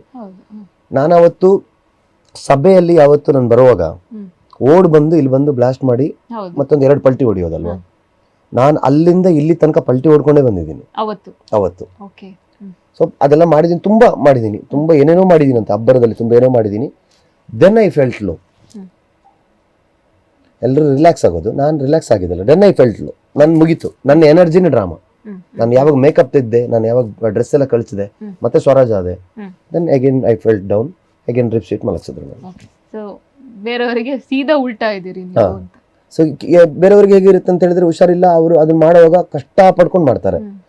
ಒಂದ್ಸರಿ ಮುಗಿಲಿ ಡ್ರಾಮಾ ಅಂತ ಹೇಳಿ ಮಾಡಿ, then after that they feel relaxed. ನನಗೆ ಅದೇ ಎನರ್ಜಿ, ಆ ಒಂದು ಡ್ರಾಮಾ ಮಾಡ್ತಿರೋ ಟೈಮಲ್ಲಿ ನನಗೆ ಎನರ್ಜಿ ಆಗಿರುತ್ತೆ. ಅದಾದ್ಮೇಲೆ ನನಗೆ ನೋವು ಕೂಡ ಅಷ್ಟೇ. ನನಗೆ ಫ್ರಾಕ್ಚರ್ ಆಗಿದ್ದು ನೋವು ಗೊತ್ತಾಗಿದ್ದು ಡ್ರಾಮಾ ಮುಗಿದ್ಮೇಲೆ. ಯಾಕಂತ ಹೇಳಿದ್ರೆ ನೆಕ್ಸ್ಟ್ ಡೇ ಓಕೆ, ಸಿಮೆಂಟ್ ಎಲ್ಲ ಹಾಕಿದ್ರು, ಟ್ಯಾಬ್ಲೆಟ್ ಕೊಟ್ಟಿದ್ರು, ಬಟ್ ಆ ದಿವಸ ಫ್ರಾಕ್ಚರ್ ಬಿದ್ದಿದ್ದ ದಿವಸ ಇದೆಯಲ್ಲ, ಫಸ್ಟ್ ಸೀನಲ್ಲೇ ಬಿದ್ದಿದ್ದೀನಿ. ಓಕೆ. ಸೊ ನೀವು ಫಸ್ಟ್ ಸೀನ್ ಅಲ್ಲಿ ಬಿದ್ರಿ, ಅದು ಯಾರಿಗೂ ನೀವು ಹೇಳಿದ್ರ ಅಥವಾ ಏನಾದ್ರು ಎಮರ್ಜೆನ್ಸಿ ಮಾಡಿದ್ರ? ಇಲ್ಲ ನೋಡಿದಾರಲ್ಲ, ಸೆಕೆಂಡ್ ಸೀನ್ ಓಪನ್. ನಾನಂದ್ರೆ ಆಕ್ಚುಲಿ ಕಾಫ್ ಇತ್ತು ನನಗೆ ಆ ಟೈಮಲ್ಲಿ. ಸ್ಟೇಜ್ ಅಲ್ಲಿ ಫಸ್ಟ್ ಸೀನ್ ನೆಲವಲ ಸಂಖ್ಯೆಯಿಂದ ಮುಗಿಸಿ ಹಿಂದೆ ಬಂದು ಒಂದು ಲೈಟ್ ಆಫ್ ಆಗುತ್ತೆ, ಫುಲ್ ಲೈಟ್ ಆಫ್ ಆಗಿ ನೆಕ್ಸ್ಟ್ ನಾನು ಜಲಕದ ಕೆರೆಗೆ ಹೋಗ್ಬೇಕು. ನಾನು ಹಿಂದೆ ಹೋದವ, ನನಗಲ್ಲಿ ಒಂದು ಮರ ಕಾಣಿಸ್ತಾ ಇದೆ, ನಾನು ಕಾಫ್ ಬಂದಿದೆ ಅಂತ ಒಗಿಬೇಕು ನನಗೆ. ಸೊ ಅದಕ್ಕೋಸ್ಕರ ಹೋಗ್ತಾ ಇದ್ದೀನಿ ನಾನು. ಆ ಪ್ಲಾಟ್ಫಾರ್ಮ್ ಇದೆ, ನಮ್ಮ ಸ್ಟೇಜ್ ಅಲ್ಲಿ ಹೋಗ್ತಾ ಇದ್ದೀನಿ. ಸೆಂಟ್ರಲ್ ಒಂದು ಪ್ಲಾಟ್ಫಾರ್ಮೇ ಇಲ್ಲ, ಕೆಳಗಡೆ ಫುಲ್ ಕಲ್ಲಿದೆ, ನನಗೆ ಗೊತ್ತಿಲ್ಲ. ಅದು ನಾನು ಸ್ಟ್ರೈಟ್ ನಡ್ಕೊಂಡು ಹೋಗ್ತೀನಲ್ಲ, ಬಿದ್ದಾಗ ಫಸ್ಟ್ ಈ ಕೈ ಹೋಗಿ ಹೀಗೆ ಬಿತ್ತು, ಅದಿಲ್ಲಿ ಬೋನ್ ಇದಾಯ್ತು, ಮತ್ತೆ ಹೀಗೆ ಬಿತ್ತು. ನನ್ನ ಮುಖ ಕಲ್ಲಿಗೆ ತಾಗ್ಬೇಕು ಅನ್ನೋಷ್ಟೊತ್ತಿಗೆ ನನ್ನ ಡ್ರೆಸ್ ಅಲ್ಲಿ ಯಾರೋ ಹಿಡಿದು ಎಳೆದಿದ್ದಾರೆ ಮೇಲೆ, ಶಬರಿ ಅಂತ ಅವ್ನು ಎಳ್ದಿದ್ದಾನೆ. ಎಳೆದು ಹಾಕಿದ ಕೂಡ ನಂಗೆ ಸೌಂಡ್ ಕೇಳಿಸ್ತಾ ಇದೆ, ನಂದು ಎಂಟ್ರಿ ಅದು. ನಾನು ಈ ಕೈ ಇಟ್ಕೊಂಡು ನಂಗೆ ಏನಾಗಿದೆ ಅಂತ ಗೊತ್ತಿಲ್ಲ, ಹೋಗಿದ್ದೀನಿ ನಾನು. ಹೋದ ಕೈ ಕೆಳಗಡೆ ಇಲ್ಲಿ ಊರಕ್ ಆಗ್ತಿಲ್ಲ ನನಗೆ, ಗೊತ್ತಾಗ್ತಿದೆ ಈ ಕೈ ಇದು ಅಂತೂ ತುಂಬಾ ನೋವಾಗ್ತಿದ್ದು, ತುಂಬಾ ನೋವಾಗ್ತಿದ್ದು, ಫುಲ್ ಈ ತರ ಬೆಂಡ್ ಆಗಿತ್ತಲ್ಲ, ಇದು ನಂಗೆ ಅಷ್ಟು ಪೇನ್ ಗೊತ್ತಾಗ್ತಿರ್ಲಿಲ್ಲ. But I have to continue it. ಆಮೇಲೆ ಸ್ವಲ್ಪ ಇದು ಮಾತ್ರ ಇಷ್ಟು ದಪ್ಪ ಆಯ್ತು, ಇದೆಲ್ಲ ಏನೂ ಆಗಿರಲಿಲ್ಲ, ಇದು ಮಾತ್ರ ಇಷ್ಟು ದಪ್ಪ ಆಗಿತ್ತು ಕೈ. ಐ ಡಿಡ್ ಇಟ್ ಕಂಟಿನ್ಯೂಸ್ಲಿ ಮಾಡ್ಕೊಂಡು. ಯೂಶುವಲಿ ಡ್ರಾಮಾ ಎಷ್ಟು ಡ್ಯೂರೇಷನ್ ಇರುತ್ತೆ ನಿಮ್ಮದು? ನಂದು 2 hours ಅಲ್ಲಿ ಒಂದು 25 minutes ಬಿಟ್ಟು ನಾನು ಎಂಟ್ರಿ ಆದ್ರೆ, ಮತ್ತೆ ನನಗೆ ಸೆಂಟ್ರಲ್ ಒಂದು 3 ನಿಮಿಷ ಗ್ಯಾಪ್, 2 ನಿಮಿಷ ಗ್ಯಾಪ್ ಅಷ್ಟೇ ಸಿಗೋದು. ಪ್ರತಿ ಇದು ಸೀನಲ್ಲೂ ಆ ಅಬ್ಬರ ಹಾಗೆಯೇ ಇರಬೇಕು. ಒಂದು 2 ಗಂಟೆ ಡ್ರಾಮಾದಲ್ಲಿ ಒಂದು 1.25 ಗಂಟೆ ನಾನು ಇರ್ತೇನೆ ಸ್ಟೇಜ್ ಅಲ್ಲಿ ಕಂಟಿನ್ಯೂಸ್ ಆಗಿ, 3/4 ಗಂಟೆ ಇರಲ್ಲ. ಅಷ್ಟು ಡೆಡಿಕೇಶನ್ ಇದ್ರಿಂದನೇ ಶಿವದೂತ ಗುಡಿಗೆ ಈ ಮಟ್ಟದಲ್ಲಿ ಸಕ್ಸಸ್ ಕಾಣ್ತಾ ಇರುವಂತ. ಇದೊಂಥರ ಮ್ಯಾಜಿಕಲ್ ಡ್ರಾಮಾ. ಒಂದು 2 hours ನಿಮ್ಮನ್ನ ಬೇರೆ ಲೋಕಕ್ಕೆ ಕರ್ಕೊಂಡು ಹೋಗುತ್ತೆ. ಸೊ ಆ ಎಕ್ಸ್ಪೀರಿಯನ್ಸ್ ನ ಪಡ್ಕೊಂಡವರು, ಇಲ್ಲಿ ಬಂದು ನೋಡಿದವರು, ತುಳು ಸ್ವಲ್ಪ ಗೊತ್ತಿರೋರು ನೋಡಿದವರೆಲ್ಲ ಕನ್ನಡಕ್ಕೆ ಮಾಡಿದ್ರೆ ಹೇಗಿರುತ್ತೆ ಅಂತ ಹೇಳಿ ಮತ್ತೆ ಕನ್ನಡಕ್ಕೆ ಮಾಡಿದಾಗ it was went. Kundapura highest show, ಕುಂದಾಪುರದಲ್ಲಿ ಹೈಯೆಸ್ಟ್ ಅಂದ್ರೆ ಎಲ್ಲ ಜಾಗದಲ್ಲೂ ಮಾಡಿದ್ವಿ. ಮೈಸೂರಲ್ಲಿ ಮಾಡಿದ್ವಿ, ದಾವಣಗೆರೆ, ಹುಬ್ಳಿ, ಧಾರವಾಡ, ಶಿವಮೊಗ್ಗ, ಸಾಗರ, ತೀರ್ಥಹಳ್ಳಿ, ಎಲ್ಲ ಜಾಗದಲ್ಲೂ ಹೋಗಿದೆ. ಬಟ್ ಹೈಯೆಸ್ಟ್ ಶೋ ಮಾಡೋದು ನಾವು ಕುಂದಾಪುರ. ಕಾಂತಾರದ ಗುರುವ ನಿಮ್ಗೆ ಹೆಚ್ಚು ಫೇಮ್ ಕೊಡ್ತಾ, ಶಿವದೂತ ಗುಳಿಗೆ ಹೆಚ್ಚು ಫೇಮ್ ಕೊಡ್ತಾ? ಕಾಂತಾರಕ್ಕೂ ಶಿವದೂತ ಗುಳಿಗೆ ಹೋಲಿಕೆ ಮಾಡಕ್ ತುಂಬಾ ಕಷ್ಟ ಆಗುತ್ತೆ. Because Kantara made it international star. ನಮಗೆ ಬೇರೆ ಲ್ಯಾಂಗ್ವೇಜ್ ಗಳಲ್ಲಿ ಈಗ ಕೂಡ ನಾನು ಕೆಲವು ನಮ್ಮ ಆಫೀಸಲ್ಲಿ ನೋಡಿದ್ರೆ ಎಷ್ಟೋ ಪೇಂಟಿಂಗ್ಸ್ ಗಳಿದೆ, ಅದೆಲ್ಲ ಕೇರಳ, ಆಂಧ್ರ, ತಮಿಳ್ನಾಡು, ಇಲ್ಲಿಂದೆಲ್ಲ ಬಂದಿರೋ ಪೇಂಟಿಂಗ್ಸ್ಗಳು. ಸೊ ಆ ಲವ್ ಇಸ್ ಬಿಗ್ ಥಿಂಗ್, ಅದು ಬೇರೆ. ಅದು ನಾಟಕ ಬೇರೆ. ನಾಟಕದಲ್ಲಿ ಡೈರೆಕ್ಟ್ ಹೇಳಿಕಾಗೋದಿಲ್ಲ. ಈಗ ಅದು ಹೇಗೆ ಅಂತ ಹೇಳಿದ್ರೆ ಅವ್ರು ನೋಡ್ಲಿಲ್ಲಲ್ಲ. ಈಗ ನೀವು ಕಾಂತಾರದಲ್ಲಿ ಗುರುವನಾಗಿ ನೋಡಿದವರು ನನ್ನ ನಾಟಕವನ್ನು ನೋಡಿದ ಮೇಲೆ ನನ್ನ ಶಿವದೂತ ಗುಳಿಗೆಗೆ ಫ್ಯಾನ್ ಆಗ್ತೀರಾ ನೀವು. Okay, this is something vibe, ಇದು ಬೇರೆನೇ ಇದೆ.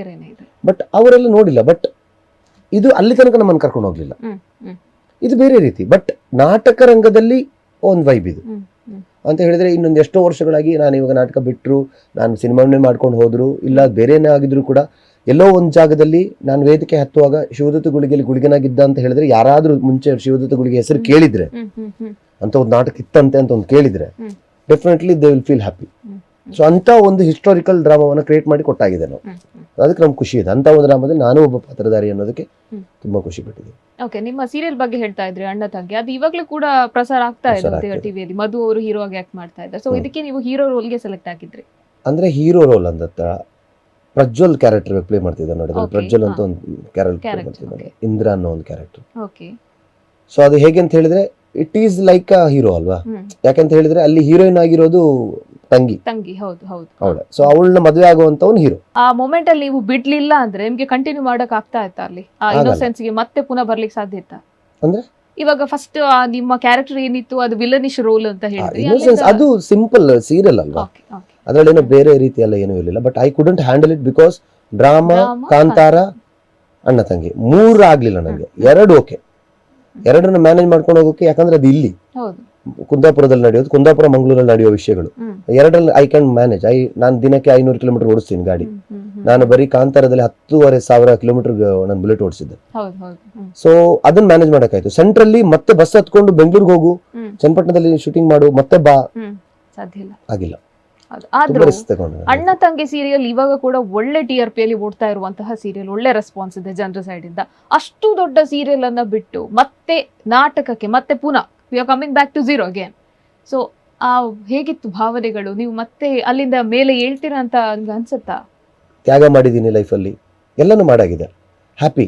ಒಬ್ರು ಕೈ ಹಿಡಿದಾಗ ಅವ್ರು ಎಲ್ಲೋ ಇದ್ರು, ಈಗ ಅವರೆಲ್ಲೋ ಇದ್ದಾರೆ. ಈಗ ನಾನು ಅವ್ರ ಕೈ ಬಿಟ್ಟರು ಅವರಲ್ಲೇ ಇರ್ತಾರೆ. ಖುಷಿ ಅದೇ ನನಗೆ. ನಾವು ಎಲ್ಲ ಯಾರನ್ನೋ ಒಬ್ಬರ ಹತ್ರ ಹೋಗಿ, ಈಗ ನಾನು ನಿಮ್ಮ ಹತ್ರ ಬರ್ತೀನಿ, ನೀವೆಲ್ಲೋ ಒಂದ್ ಜಾಗದಲ್ಲಿ ತುಂಬಾ ಲೋ ಆಗಿರ್ತೀರಾ, ನಿಮ್ ಕೈ ಹಿಡಿದು ನನ್ನ ಮೇಲೆ ಎತ್ತಿ ಪ್ರಯತ್ನ ಪಡ್ತೀನಿ, ನೀವು ನನ್ನ ಜೊತೆ ಬರ್ತೀರಾ. ಬಂದು ನೀವು ಸೆಂಟ್ರಲ್ಲಿ ನೀವು ಇನ್ನೂ ನಾನು ಬೇಕು ಅನ್ನೋ ಅಷ್ಟೊತ್ತೆ ನಾನು ಬಿಟ್ರೆ ಅದು ನಿಮ್ಗೆ ತಪ್ಪಾಗ್ಬಿಡುತ್ತೆ. ನಾನು ಯು ಆರ್ ಓಕೆ, ನಾವು you are settled, you can. ನೀವು ಇರೋ ಪೊಸಿಷನ್ಗೆ ಏನ್ ಬೇಕಾದ್ರೂ ಮಾಡ್ಬೋದು, ಎಂಥ ನಾಟಕಗಳು ಮಾಡ್ಬೋದು, ಎಂಥ ಸಿನಿಮಾಗಳು ಮಾಡ್ಬೋದು. ನಿಮಗೆ ಈ ಪೊಸಿಷನ್ ಅಲ್ಲಿ I can feel I am safe. ಅಂದ್ರೆ ಈಗ ನನ್ನ ಲೈಫ್ ನೋಡ್ಕೋಬೇಕಾಗುತ್ತಲ್ಲ. ಆಫರ್ಗಳು ಬರ್ತಾ ಇದೆ, ತುಂಬಾ ಸೀರಿಯಲ್ ಆಫರ್ಗಳು ಬಂತು. ಈಗಲೂ ಕೂಡ ನಿಮ್ಗೆ ಶ್ರೀಗೌರಿ ಆ ಸೀರಿಯಲ್ ಆಫರ್, ಆಮೇಲೆ ಈಗ ಒಂದು ಹೊಸದಾಗಿ ಬರ್ತಾ ಇದೆ. ಆ ಸೀರಿಯಲ್ ಹೇಗ್ ನೋಡ್ತೀನೋ ಗೊತ್ತಿಲ್ಲ, ತುಂಬಾ ಕಳ್ಕೊಂಡಿದ್ದೀನಿ. ಬಟ್ ದೈವದ ಮೇಲೆ ಇದಿಟ್ಟು ದೈವ ನನ್ನ ಕೈ ಬಿಡಲ್ಲ ಅನ್ನೋ ಒಂದು ನಂಬಿಕೆಯಲ್ಲಿ ಇಷ್ಟು ದಿವಸ ಕುತ್ಕೊಂಡಿದ್ದೀನಿ. ಬಟ್ ಈಗ ನನ್ನ mind I got change. Like I feel like ನಮಗೂ ಕಮಿಟ್ಮೆಂಟ್ಸ್ ಅಂತ ಇರುತ್ತೆ, ನಮಗೂ ಲೈಫ್. ಅಂದ್ರೆ ನಿಮ್ಗೆ ಈ ಮರ್ತು ಬಿಡ್ತಾರೆ ಜನಗಳು. ನಿಮ್ಗೆ ಪೀಕ್ ಟೈಮಲ್ಲಿ ದುಡ್ಡು ಬಿಡ್ಬೇಕು, ಯಾರೇ ಆಗಲಿ, ಎಲ್ಲ ಫೀಲ್ಡಲ್ಲೂ ಅಷ್ಟೇ. ಈಗ ನೀವು ನಿಮ್ಮ ಫೀಲ್ಡಲ್ಲೇ ಒಂದು ಏನೋ ಆಂಕರಿಂಗ್ ಮಾಡ್ತಿದ್ದೀರಾ, ನೀವು ಸ್ವಲ್ಪ ಚೆನ್ನಾಗಿ ಇದು ಮಾಡ್ತಿದ್ದೀರಾ ಅಂತ ಹೇಳಿದ ಕೂಡ ನಿಮ್ದೇನೋ ಒಂದು ವೈಬಲ್ ನೀವು ಇದ್ದಾಗ ಯು ಶುಡ್ ಡೂ ವರ್ಕ್. ನೀವು ಅದನ್ನ ಬಿಟ್ಬಿಟ್ಟು ಸೈಲೆಂಟಾಗಿ ಕುತ್ಕೊಂಡ್ಬಿಟ್ರೆ ನಾಳೆ ದಿವಸ ಯಾರು ಯಾವ ಟಿವಿಯಲ್ಲಿ ಇದ್ದವಳು ಅಂತ ಕೇಳಕ್ ಸ್ಟಾರ್ಟ್ ಮಾಡ್ಬಿಡ್ತಾರೆ. ನಾಡಿದ ದಿವಸ ನನ್ನನ್ನು ಕೇಳ್ತಾರೆ, ಕಾಂತಾರದ ಗುರು ಅಣ್ಣ ಅದ್ಯಾರು ಅಂತ ಕೇಳ್ತಾರೆ. ಸಮಯ ಎಲ್ಲವನ್ನ ಬದಲಾಯಿಸುತ್ತೆ. ಸೊ ಈ ಟೈಮಲ್ಲಿ ನಮ್ಮ ವೈಬ್ ಇದೆ. ಈಗ ಮತ್ತೆ ಕಾಂತಾರ ಬರುತ್ತೆ, ಮತ್ತೆ ನನ್ನ ನೆನಪಿಡಿಸುತ್ತೆ, ಮತ್ತೆ ನನ್ನ ನೆನಪಾಗುತ್ತೆ ಎಲ್ರಿಗೂ. ನಾನು ಇದೀನೋ ಇಲ್ಲೋ ಬೇರೆ ವಿಷಯ, ಬಟ್ ನನ್ನ ನೆನಪಾಗುತ್ತೆ ಅಲ್ಲಿ. ಕಾಂತಾರದ ಗುರುವ ಗುರುವ ಗುರುವ ಗುರು ಅಂತ ನೆನಪಾಗುತ್ತೆ. ಸೊ ಈ ಒಂದು 2-3 ವರ್ಷದಲ್ಲಿ ನಾನು ಏನ್ ಮಾಡ್ಬೇಕು ಅದನ್ನ ಮಾಡ್ಬಿಡ್ಬೇಕು. ಇನ್ನೊಂದು, ಸಿನಿಮಾಗಳಿಗಾಗ್ಲಿ, ಸೀರಿಯಲ್ಗಳಿಗಾಗ್ಲಿ, ನಾಟಕಕ್ಕಾಗ್ಲಿ ಏಜ್ ಲಿಮಿಟ್ ಅನ್ನೋದಿಲ್ಲ. ಖಂಡಿತವಾಗಲ್ವಾ? ಎಷ್ಟು ಏಜ್ ಇದ್ರು ನಮಗೆ ನಿಂತ್ಕೊಳ್ಳೋ ತಾಕತ್ತಿದ್ರೆ, ನಮಗೆ ಬದುಕುವಂತ ತಾಕತ್ತಿದ್ರೆ, ನಮಗೆ ಲೈಟ್ ಫೇಸ್ ಮಾಡುವಂತ ತಾಕತ್ತಿದ್ರೆ, ಡೈಲಾಗ್ ಹೇಳುವಂತ ತಾಕತ್ತಿದ್ರೆ ಯಾವಾಗ ಬೇಕಾದ್ರೂ ಮಾಡ್ಬೋದು.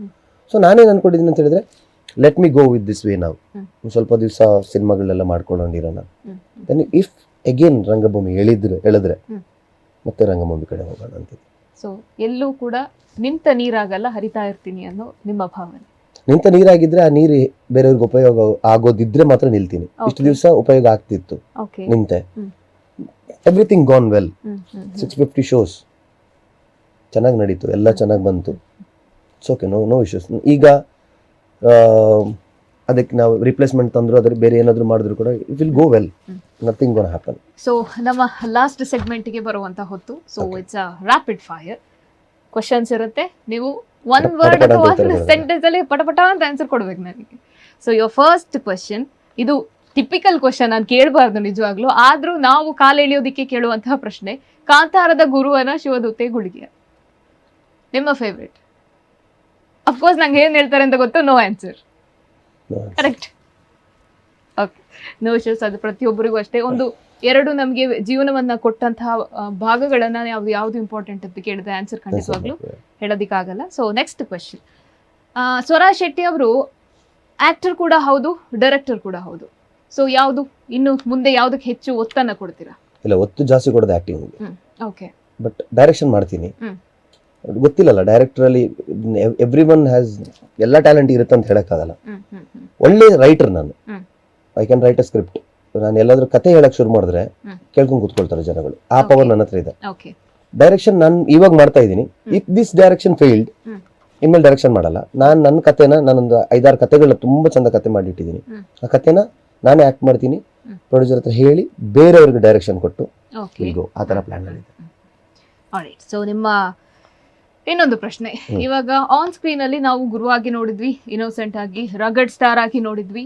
ಆದ್ರೆ ಸ್ವರಾ ಶೆಟ್ಟಿ ಮನೆಯಲ್ಲಿ ಹೇಗೆ ಹೀಗೆ ಹೀಗೆ ಅಂದ್ರೆ ಸೈಲೆಂಟ್ ಒನ್. ಓಕೆ ಪ್ರತಿಯೊಬ್ಬರು ಮಿರರ್ ಥರ ನಾನು. ಓಕೆ ನೀವು ಹೇಗಿದ್ರಿ ನಾನು ಹಾಗೆ ಇರ್ತೀನಿ, ನಗ್ತಾ ಇರ್ತೀರ ನಾನು ನಗ್ತಾ ಇರ್ತೀನಿ. ಹೇಳಿಕ್ಕಾಗೋದಿಲ್ಲ, ಕೆಲವು ಸರಿ ಕೆಲವ್ರಿಗೆ ನೋವು ಕೊಟ್ಟಿರ್ಬೋದು ನಮ್ಗೆ ಗೊತ್ತಿಲ್ಲದೇನೆ. ದೇವರಲ್ವಲ್ಲ ನಾವು, ಹೌದು ದೈವಗಳ ಪಾತ್ರ ಮಾಡಿದ್ರು ಕೂಡ ದೇವರುಗಳಾಗೋಕ್ಕೆ ನಮ್ಮ ಕೈಲಾಗಲ್ಲ. ನೋವು ಕೊಟ್ಟಿರ್ಬೋದು, ಕೆಲವರಿಂದ ನೋವು ತಿಂದಿರ್ಬೋದು, but I am not common man, that's it. ಅದಕ್ಕಿಂತ ಬೇರೆ ಏನೂ ಹೇಳಲ್ಲ. You're are anchor, I am an actor as a profession ಅಷ್ಟೇ. And other than you're a common man, I am a common man ಅಷ್ಟೇ. Very true very true. So ಇಷ್ಟು ವರ್ಷದ life ಜರ್ನಿಯಲ್ಲಿ ನೆನಪಿಟ್ಕೊಳ್ಳುವಂತ ಒಂದು beautiful moment. ಲೈಫಲ್ಲಿ ಒಂದು ಬ್ಯೂಟಿಫುಲ್ ಮೂಮೆಂಟ್ ಅಂತ ಹೇಳಿದ್ರೆ the day when Kantara got released. Okay theatre ಕೂತ್ಕೊಂಡು ಹತ್ತಿದ್ದೆ, ಆ ವೈಬ್ ಈಗಲೂ ಕೂಡ ನನ್ನ ಬಾಡಿನಲ್ಲಿದೆ. ಓಕೆ ಎಲ್ಲರೂ ಬಂದು ಮಾತಾಡಿದ ರೀತಿ, ನೈಟ್ ಕೇಳಿದ್ದೆ ನೈಟಿಂದ ಬೆಳಿಗ್ಗೆ ಸ್ಟಾರ್ ಆಗ್ತಾರೆ ಅಂತ.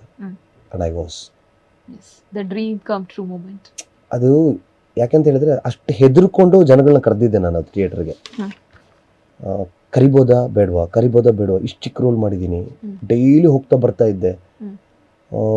ಹೊಂಬಾಳೆ ಓಕೆ, ರಿಷಭನ ಓಕೆ, ಎಲ್ಲಾದ್ರೂ ಬಂದು ಯಾಕೋ ಎಷ್ಟು ಬಿಲ್ಡಪ್ ನಿಂದು, ರೋಲೇ ಇಲ್ಲ ನಿಂದು ಅಂತಲ್ಲಿ ಎಲ್ಲಿ ಹೇಳಿಬಿಡ್ತಾರೋ ಅಂತ ಭಯ ಆಗ್ತಿತ್ತು.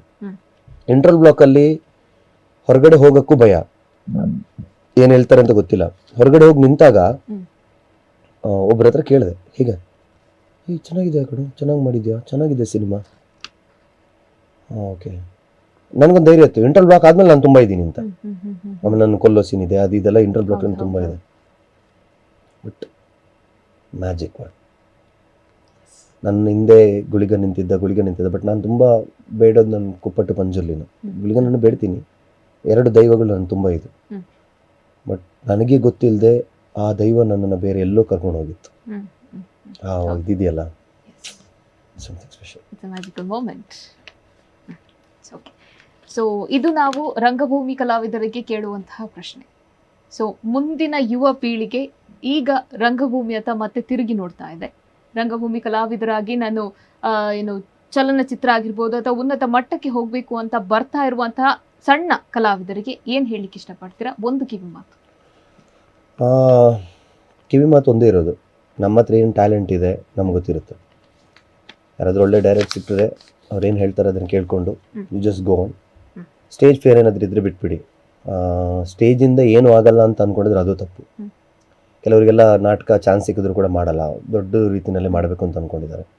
ಸೊ ಅದಲ್ಲ, ಸ್ಟೇಜಲ್ಲೂ ತುಂಬ ಕಲಿಯೋಕ್ಕೆ ಸಿಗುತ್ತೆ. But stage experience different, cinema experience different, but you can go through that.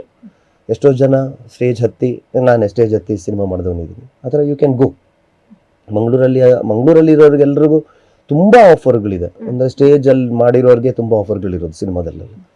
So stage ಮಾಡಿಕೊಂಡು ಸಿನಿಮಾ ಮಾಡಿಕೊಂಡು 2 ಜೊತೆಗೆ ಮಾಡ್ಕೊಂಡಿದ್ರು ಓಕೆ. ನನಗೂ ಒಂದು ಆಸೆ ಇದೆ ಲೈಫಲ್ಲಿ, ದೊಡ್ಡ ಸ್ಟಾರ್ ಆದಮೇಲೆ I should do a drama ಅಂತ. ಇಷ್ಟಲ್ಲ, ದೊಡ್ಡ ಸ್ಟಾರ್ ಆಗಬೇಕು ಅಂದರೆ ಜನಗಳು ನನ್ನ ಹೊರಗಡೆ ಸಿಗಕ್ಕೆ ನನ್ನ ಕೈಲಿ ಆಗಬಾರ್ದು, ಅಷ್ಟು ದೊಡ್ಡವನಾಗಿರ್ಬೇಕು. ಬಟ್ ನನ್ನ ಸ್ಟೇಜಲ್ಲಿ ಅವ್ರು ನೋಡಬೇಕು ಅಂತ. ಸೊ ನೀವು ಎಷ್ಟೇ ದೊಡ್ಡ ಆಕ್ಟರ್ ಆದ್ರೂ ನಿಮ್ಮ ರಂಗಭೂಮಿ ಪಯಣವನ್ನು ಅದೊಂದು ಆಸೆ ಇದೆ. ಅದು ಯಾವಾಗ ನಾನು ಈಗಲ್ಲ ಹೇಳಿದ್, ನಾನು ಅಷ್ಟು ದೊಡ್ಡ ಆಕ್ಟರ್ ದೇವರು ಮಾಡಿದ್ರೆ ನನ್ನನ್ನು, ಆ ಟೈಮಲ್ಲಿ I should do a performance. ಅದು ನಾನು ವಯಸ್ಸಾದಾಗಿರೋ ಕಾಲದಲ್ಲೂ ಓಕೆ, ಆ ಥರ.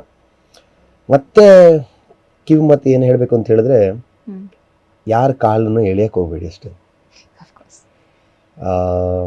ನಾವು ಕೆಲವು ಜಾಗದಲ್ಲಿ ನಾವು ಕುತ್ಕೊಂಡು, ನಮಗೊಂದು ಅಭ್ಯಾಸ ಇದೆ, ಯಾರಾದರೂ ಮುಂದೆ ಕುತ್ಕೊಂಡಿದ್ರೆ ಅವ್ರ ಹತ್ರ ಹೇಳ್ತಾ ಇರ್ತೀವಿ, ಅವ್ರು ಹಾಗೆ ಮಾಡಿದ್ರು, ಹೀಗೆ ಮಾಡಿದ್ರು, ಹಾಗೆ ಮಾಡಿದ್ರು. ಬಟ್ ವಿ ನೆವರ್ ನೋ, ಬೇರೆಲ್ಲೋ ಜಾಗದಲ್ಲಿ ಕುತ್ಕೊಂಡು ಅವ್ರು ನಮ್ಮ ಬಗ್ಗೆ ಅದೇ ರೀತಿ ಮಾತಾಡ್ತಿರ್ತಾರೆ ಅಷ್ಟೇ. ಆ್ಯಂಡ್ ವಿ ನೆವರ್ ನೋ, ನಾವು ಕುತ್ಕೊಂಡು ಮಾತಾಡಿರೋಂಥ ಜನಗಳು ಅಲ್ಲಿ ಬೇರೆ ಜಾಗದಲ್ಲಿ ಹೋಗಿ ನಾವು ಹೇಳಿದ್ದನ್ನೇ ಅವ್ರ ಹತ್ರ ಹೇಳಿ ಅದಕ್ಕೊಂದು 100 ಬೇರೆ ಏನೋ ಮಾತಾಡ್ಕೊಂಡು ಜಾಸ್ತಿ ಗರಂ ಮಸಾಲ ಎಲ್ಲ ಹಾಕಿ ಬೇರೆ ಏನೋ ಪ್ರಾಡಕ್ಟನ್ನು ಅವ್ರ ಹತ್ರ ಕೊಟ್ಟಿರ್ತಾರೆ ಅಂತ. ಸೊ ನಮ್ಗೇನು ಸರಿ, ಲೈಫಲ್ಲಿ ನಾನೊಂದು ಹೇಳ್ತೀನಿ ಕೇಳಿ, ಈ ಜಗತ್ತಲ್ಲಿ ಒಳ್ಳೆಯವರು ಕೆಟ್ಟವರು ಅಂತ ಯಾರೂ ಇಲ್ಲ. ಆ್ಯಕ್ಚುಲಿ ಇರೋದಿಬ್ಬರೇ, ಒಬ್ಬರು ಇಷ್ಟ ಆದವ್ರು ನಮಗೆ, ಒಬ್ಬರು ನಮಗೆ ಇಷ್ಟ ಆಗದೆ ಇರೋರು. ನಮ್ಗೆ ಇಷ್ಟ ಆದವರು ಅವ್ರು ಎಂತೇ ತಪ್ಪೇ ಮಾಡಲಿ ನಮ್ಗೆ ಅವ್ರು ಇಷ್ಟ ಆಗ್ಬಿಡ್ತಾರೆ. ಅವ್ರು ಮಾಡಿದ್ದೆಲ್ಲ ತಪ್ಪಲ್ಲ ಅನ್ಸ್ಬಿಡುತ್ತೆ ನಮಗೆ. ಅದೇ ನಮ್ಗೆ ಇಷ್ಟ ಆಗದಿರೋರು, ಅವ್ರ ಪಾಪ ತಪ್ಪು ಮಾಡದೇ ಇರಲಿ ಇಲ್ಲ ಅವ್ರು ಮಾಡಿ ಚಿಕ್ಕ ತಪ್ಪು ಕೂಡ ದೊಡ್ಡ ತಪ್ಪಾಗಿ ಅನಿಸ್ಬಿಡುತ್ತೆ. ಇದನ್ನ ಗ್ರಹಿಸ್ಕೊಳ್ಳೋಕೆ ತುಂಬ ಕಷ್ಟ ಆಗುತ್ತೆ, ಬಟ್ ಇದು real fact of world. So ನಮ್ಗೆ ಇಷ್ಟ ಆಗದಿರೋದ್ರೆ ಬಿಟ್ಬಿಡೋಣ, ನೋ ಇಶ್ಯೂ. ನಮ್ಗೆ ಇಷ್ಟ ಆದವ್ರ ಜೊತೆ ಚೆನ್ನಾಗಿರೋ, ಅದನ್ನ ಬಿಟ್ಬಿಟ್ಟು ಇಷ್ಟ ಆಗದಿರೋರಿಗೋಸ್ಕರ ಇಷ್ಟ ಆಗಿಲ್ಲ ಅವ್ರಿಗೂ ನಮ್ಗೆ ಇಷ್ಟ ಆಗಲ್ಲ. ಈಗ ನನ್ಗೆ ಇಷ್ಟ ಆಗಿಲ್ಲ ಅಂತ ಹೇಳಿದ್ರೆ ನಿಮ್ಮ ಬಗ್ಗೆ ಯಾಕೆ ಹೊರಗಡೆ ಎಲ್ಲ ಮಾತಾಡ್ಕೊಂಬರ್ಬೇಕು? ನಾನು ಬಿಟ್ಟು ಬಿಡಬೇಕಿತ್ತು. ನಮ್ಗೆ ಇಷ್ಟ ಇಲ್ಲಲ್ಲ, ಬಿಟ್ಟು ಬಿಡಿ. ಅವನಿಗೆ ಏನೋ ಕೆಟ್ಟವನ್ ಪಟ್ಟ ಕಟ್ತೀರಾ, ಅವನೇನು ಕೊಳ್ಳೋನ್ ಬೇಡ. ಅವ್ನು ಕೆಟ್ಟವನಾಗಿದ್ರು ಒಳ್ಳೆ, ನಿಮ್ಗೆ ಇಷ್ಟ ಇಲ್ವಲ್ಲ ಅವನು, no, you don't want to be with him, just leave him. ನಿಮ್ಗೆ ಇಷ್ಟ ಆದವ್ರ ಜೊತೆ ಇದು ಖುಷಿಯಾಗಿರ್ಬಿಡಿ. ನಿಮ್ಗೆ ಇಷ್ಟ ಆದವ್ರು ಹರ್ಟ್ ಮಾಡಕ್ ಹೋಗ್ಬೇಡಿ. ಇಷ್ಟ ಆದವ್ರ ಜೊತೆ ಇರೋದು ಮತ್ತೆ ಇಷ್ಟ ಆಗಿರೋ ಥರ ರಿಯಾಕ್ಟ್ ಆಗೋದು ಅದು ಬೇಡ. ಅವ್ರ ಜೊತೆ ಖುಷಿಯಾಗಿದ್ಬಿಡಿ, ಅಷ್ಟೇ ಹೇಳಕ್ ಇಷ್ಟಪಡ್ತೀನಿ. ಯಾಕಂತ ಹೇಳಿದ್ರೆ ಲೈಫ್ ಎಲ್ರಿಗೂ ಯಾವಾಗ ಯಾರು ತಿರುಗಿ ಎದುರು ನಿಲ್ತಾರಂತ ಯಾರಿಗೂ ಗೊತ್ತಿಲ್ಲ. ನಾವೀಗ ಏನು ಹೇಳ್ತೀನಲ್ಲ, ಚಿಕ್ಕ ಇರುವಿನ ಕೂಡ ಒಂದು ಟೈಮಲ್ಲಿ ಅಂಡರ್ ಎಸ್ಟಿಮೇಟ್ ಮಾಡೋಕ್ಕಾಗಲ್ಲ. ಅದು ಯಾವ ಗ್ಯಾಪಲ್ಲಿ ಹೋಗಿ ಎಲ್ಲಿ ಕಚ್ಚಬೇಕು ಅದಕ್ಕೆ ಕಚ್ಚಿದ್ರೆ ಆ ನೋವು ನಮ್ಗೆ ಆಗುತ್ತೆ. ಸೊ ಯಾವುದನ್ನು ಅಂಡರ್ ಎಸ್ಟಿಮೇಟ್ ಮಾಡೋಕ್ಕಿಲ್ಲ. ನಿಮ್ಗೆ ಬೇಡವಾ ಅದು, ದೂರ ಇರಿ ಅದಕ್ಕೆ. ನೀವು ಬೆಳೀತಾ ಇದ್ದೀರಾ, ನೀವು ಬೆಳೀರಿ. ಸಾಧ್ಯವಾದ್ರೆ ಬೇರೆಯವ್ರನ್ನ ಬೆಳೆಸಿ. ಅದನ್ನು ಬಿಟ್ಬಿಟ್ಟು ಇನ್ನೊಬ್ಬರ ಬೆಳವಣಿಗೆನ ತುಳಿದು ನೀವು ಬೆಳಿತೀರ ಅಂತ ಅನ್ಕೊಂಡ್ರೆ ನೀವು ತುಳಿತಾ ಇರ್ತೀರ. ಎಷ್ಟು ದಿವಸ ತುಳಿತೀರಾ, ಬಟ್ ಅವ್ನು ಎದ್ದು ನಿಂತಾಗ ಮಾತ್ರ ನಾವು ಬೆಳಿಬೇಕು. ಅವನು ಆ ರೀತಿ ಎದ್ದು ನಿಲ್ತಾನೆ. ಅವ್ನು ನೀವು 10 ಏಟು ತುಳಿದು ಅವ್ನು ಕುತ್ಕೊಳ್ಸಿರ್ತಾನೆ, ಅವ್ನು ಎದ್ದು ಒಂದೇ ತುಳಿಯೋದು ನಿಮಗೆ, ಆಮೇಲೆ ನೀವು ಎದ್ದೇಳಕ್ಕಿಲ್ಲ, ಆ ಥರ ತುಳಿತಾನೆ ಅವನು. ಸೊ ಎಲ್ಲರ ಲೈಫಲ್ಲೂ ಎಲ್ಲರ ಒಳಗಡೆ ಎಲ್ಲ ಟ್ಯಾಲೆಂಟ್ಗಳಿರುತ್ತೆ. ಆ ಟ್ಯಾಲೆಂಟನ್ನು ನಾವು ಹೇಗೆ ತೋರಿಸ್ಬೇಕು ಅನ್ನೋದು ಒಂದು ವಿಷಯ ಇರುತ್ತೆ, ಅದನ್ನು ತೋರಿಸ್ತೀವಿ ನಾವು. ಸೊ ಎಲ್ಲರನ್ನ ಖುಷಿಯಾಗಿ ಇಟ್ಕೊಳ್ಳಿ, ಎಲ್ಲರ ಜೊತೆ ನಗ್ನಗ್ತಾ ಇರಿ, ಪ್ರೀತಿಯಿಂದ ಇರಿ. ನಿಮ್ಮ ದೊಡ್ಡ ಸ್ಟಾರ್ ಆಗುವಂತಹ ಕನಸು ಹೀಗೇ ನೆರವೇರಲಿ. ನೀವು ಎಷ್ಟೇ ದೊಡ್ಡ ಸ್ಟಾರ್ ಆದ್ರೂ ಕೂಡ ನಮ್ಮ ರಂಗಭೂಮಿಯಲ್ಲಿ ಹೀಗೇ ಇರಿ. ನಿಮ್ಮ ಕನಸು ಆದಷ್ಟು ಬೇಗ ನನಸಾಗ್ಲಿ. ನಿಮ್ಮ ಅಪ್ಕಮಿಂಗ್ ಎಲ್ಲಾ ಪ್ರಾಜೆಕ್ಟ್ಸ್ ಸೂಪರ್ ಡೂಪರ್ ಹಿಟ್ ಆಗ್ಲಿ. ಕಾಂತಾರದ ಗುರುವನಿಂದ ನೀವು ಇವಾಗ ಏನ್ ಮಾಡ್ತಾ ಇದ್ದೀರಾ, ಹೊಸ ಕ್ಯಾರೆಕ್ಟರ್ನ ತರಬೇಕು ಅನ್ನೋ ನಿಮ್ಮ ಪ್ಲಾನ್, ಅದು ಕೂಡ ಅಷ್ಟೇ ಸಕ್ಸಸ್ ಅನ್ನ ಕಾಣ್ಲಿ ಅಂತ ನಮ್ಮ ಕಡೆಯಿಂದ ವಿಶ್ವಾಸನ ತಿಳಿಸ್ತಾ ಈ ಕಾರ್ಯಕ್ರಮವನ್ನ ಮುಗಿಸುವಂತ ಹೊತ್ತಾಯ್ತು. ನಮ್ಮ ಮಾತುಕತೆ ಇನ್ನು ಮುಂದೆ ಕೂಡ ಹೀಗೆ ಮುಂದುವರಿಲಿ. ನಿಮ್ಮ ಇನ್ನಷ್ಟು ಪ್ರಾಜೆಕ್ಟ್ಗಳನ್ನ ಕೂಡ ನಾವು ಇಲ್ಲಿಗೆ ಕರ್ಕೊಂಡು ಬಂದು ನಿಮ್ಮನ್ನ ಕರೆದು ಮಾತಾಡುವಂತಾಗ್ಲಿ. So all the very best Swaraj, all the very best. Yes, ನೋಡಿದ್ರಲ್ಲ ವೀಕ್ಷಕರೇ, ರಂಗಪಯಣದಲ್ಲಿ ಇವತ್ತು ನಮ್ಮ ಕಾಂತಾರ ಖ್ಯಾತಿಯ ಗುರುವ ಹಾಗೇನೆ ನಮ್ಮ ಪ್ರೀತಿಯ ಸ್ವರಾಜ್ ಶೆಟ್ಟಿ, ರಗಡ್ ಸ್ಟಾರ್ ಸ್ವರಾಜ್ ಶೆಟ್ಟಿ ಇದ್ರು. ಅವರ ಅಪ್ಕಮಿಂಗ್ ಪ್ರಾಜೆಕ್ಟ್ಸ್ ಬಗ್ಗೆ ಹೇಳಿದ್ರು, ಹಾಗೇನೆ ಅವರ ಹಿಂದಿನ ಜೀವನ ಹೇಗಿತ್ತು, ರಂಗಪಯಣ ಹೇಗಿತ್ತು, ಹಾಗೇನೆ ಇನ್ನು ಮುಂದೆ ರಂಗಭೂಮಿಗೆ ಬರುವಂತಹ ಕಲಾವಿದರಿಗೆ ಅವರ ಕಿವಿ ಮಾತನ್ನ ಕೂಡ ಹೇಳಿದ್ರು. ರ್ಯಾಪಿಡ್ ಫೈರ್ ಕೂಡ ಆಡಿದ್ವಿ. ಸೊ ಈ ಎಪಿಸೋಡ್ ನಿಮಗೆ ಇಷ್ಟ ಆಯಿತು ಅಂತ ಅಂದ್ಕೊಳ್ತಾ ಮುಂದಿನ ರಂಗಪಯಣ ಸಂಚಿಕೆಯಲ್ಲಿ ಇನ್ನೊಬ್ಬ ರಂಗಭೂಮಿ ಕಲಾವಿದನನ್ನ ನಿಮಗೆ ಪರಿಚಯಿಸುವಂತಹ ಕೆಲಸವನ್ನ ಮಾಡ್ತೀವಿ. ನೋಡ್ತಾ ಇರಿ ಅಭಿಮತ ಟಿವಿ, ಇದು ಜನಮನದ ನಾಡಿಮಿಡಿತ.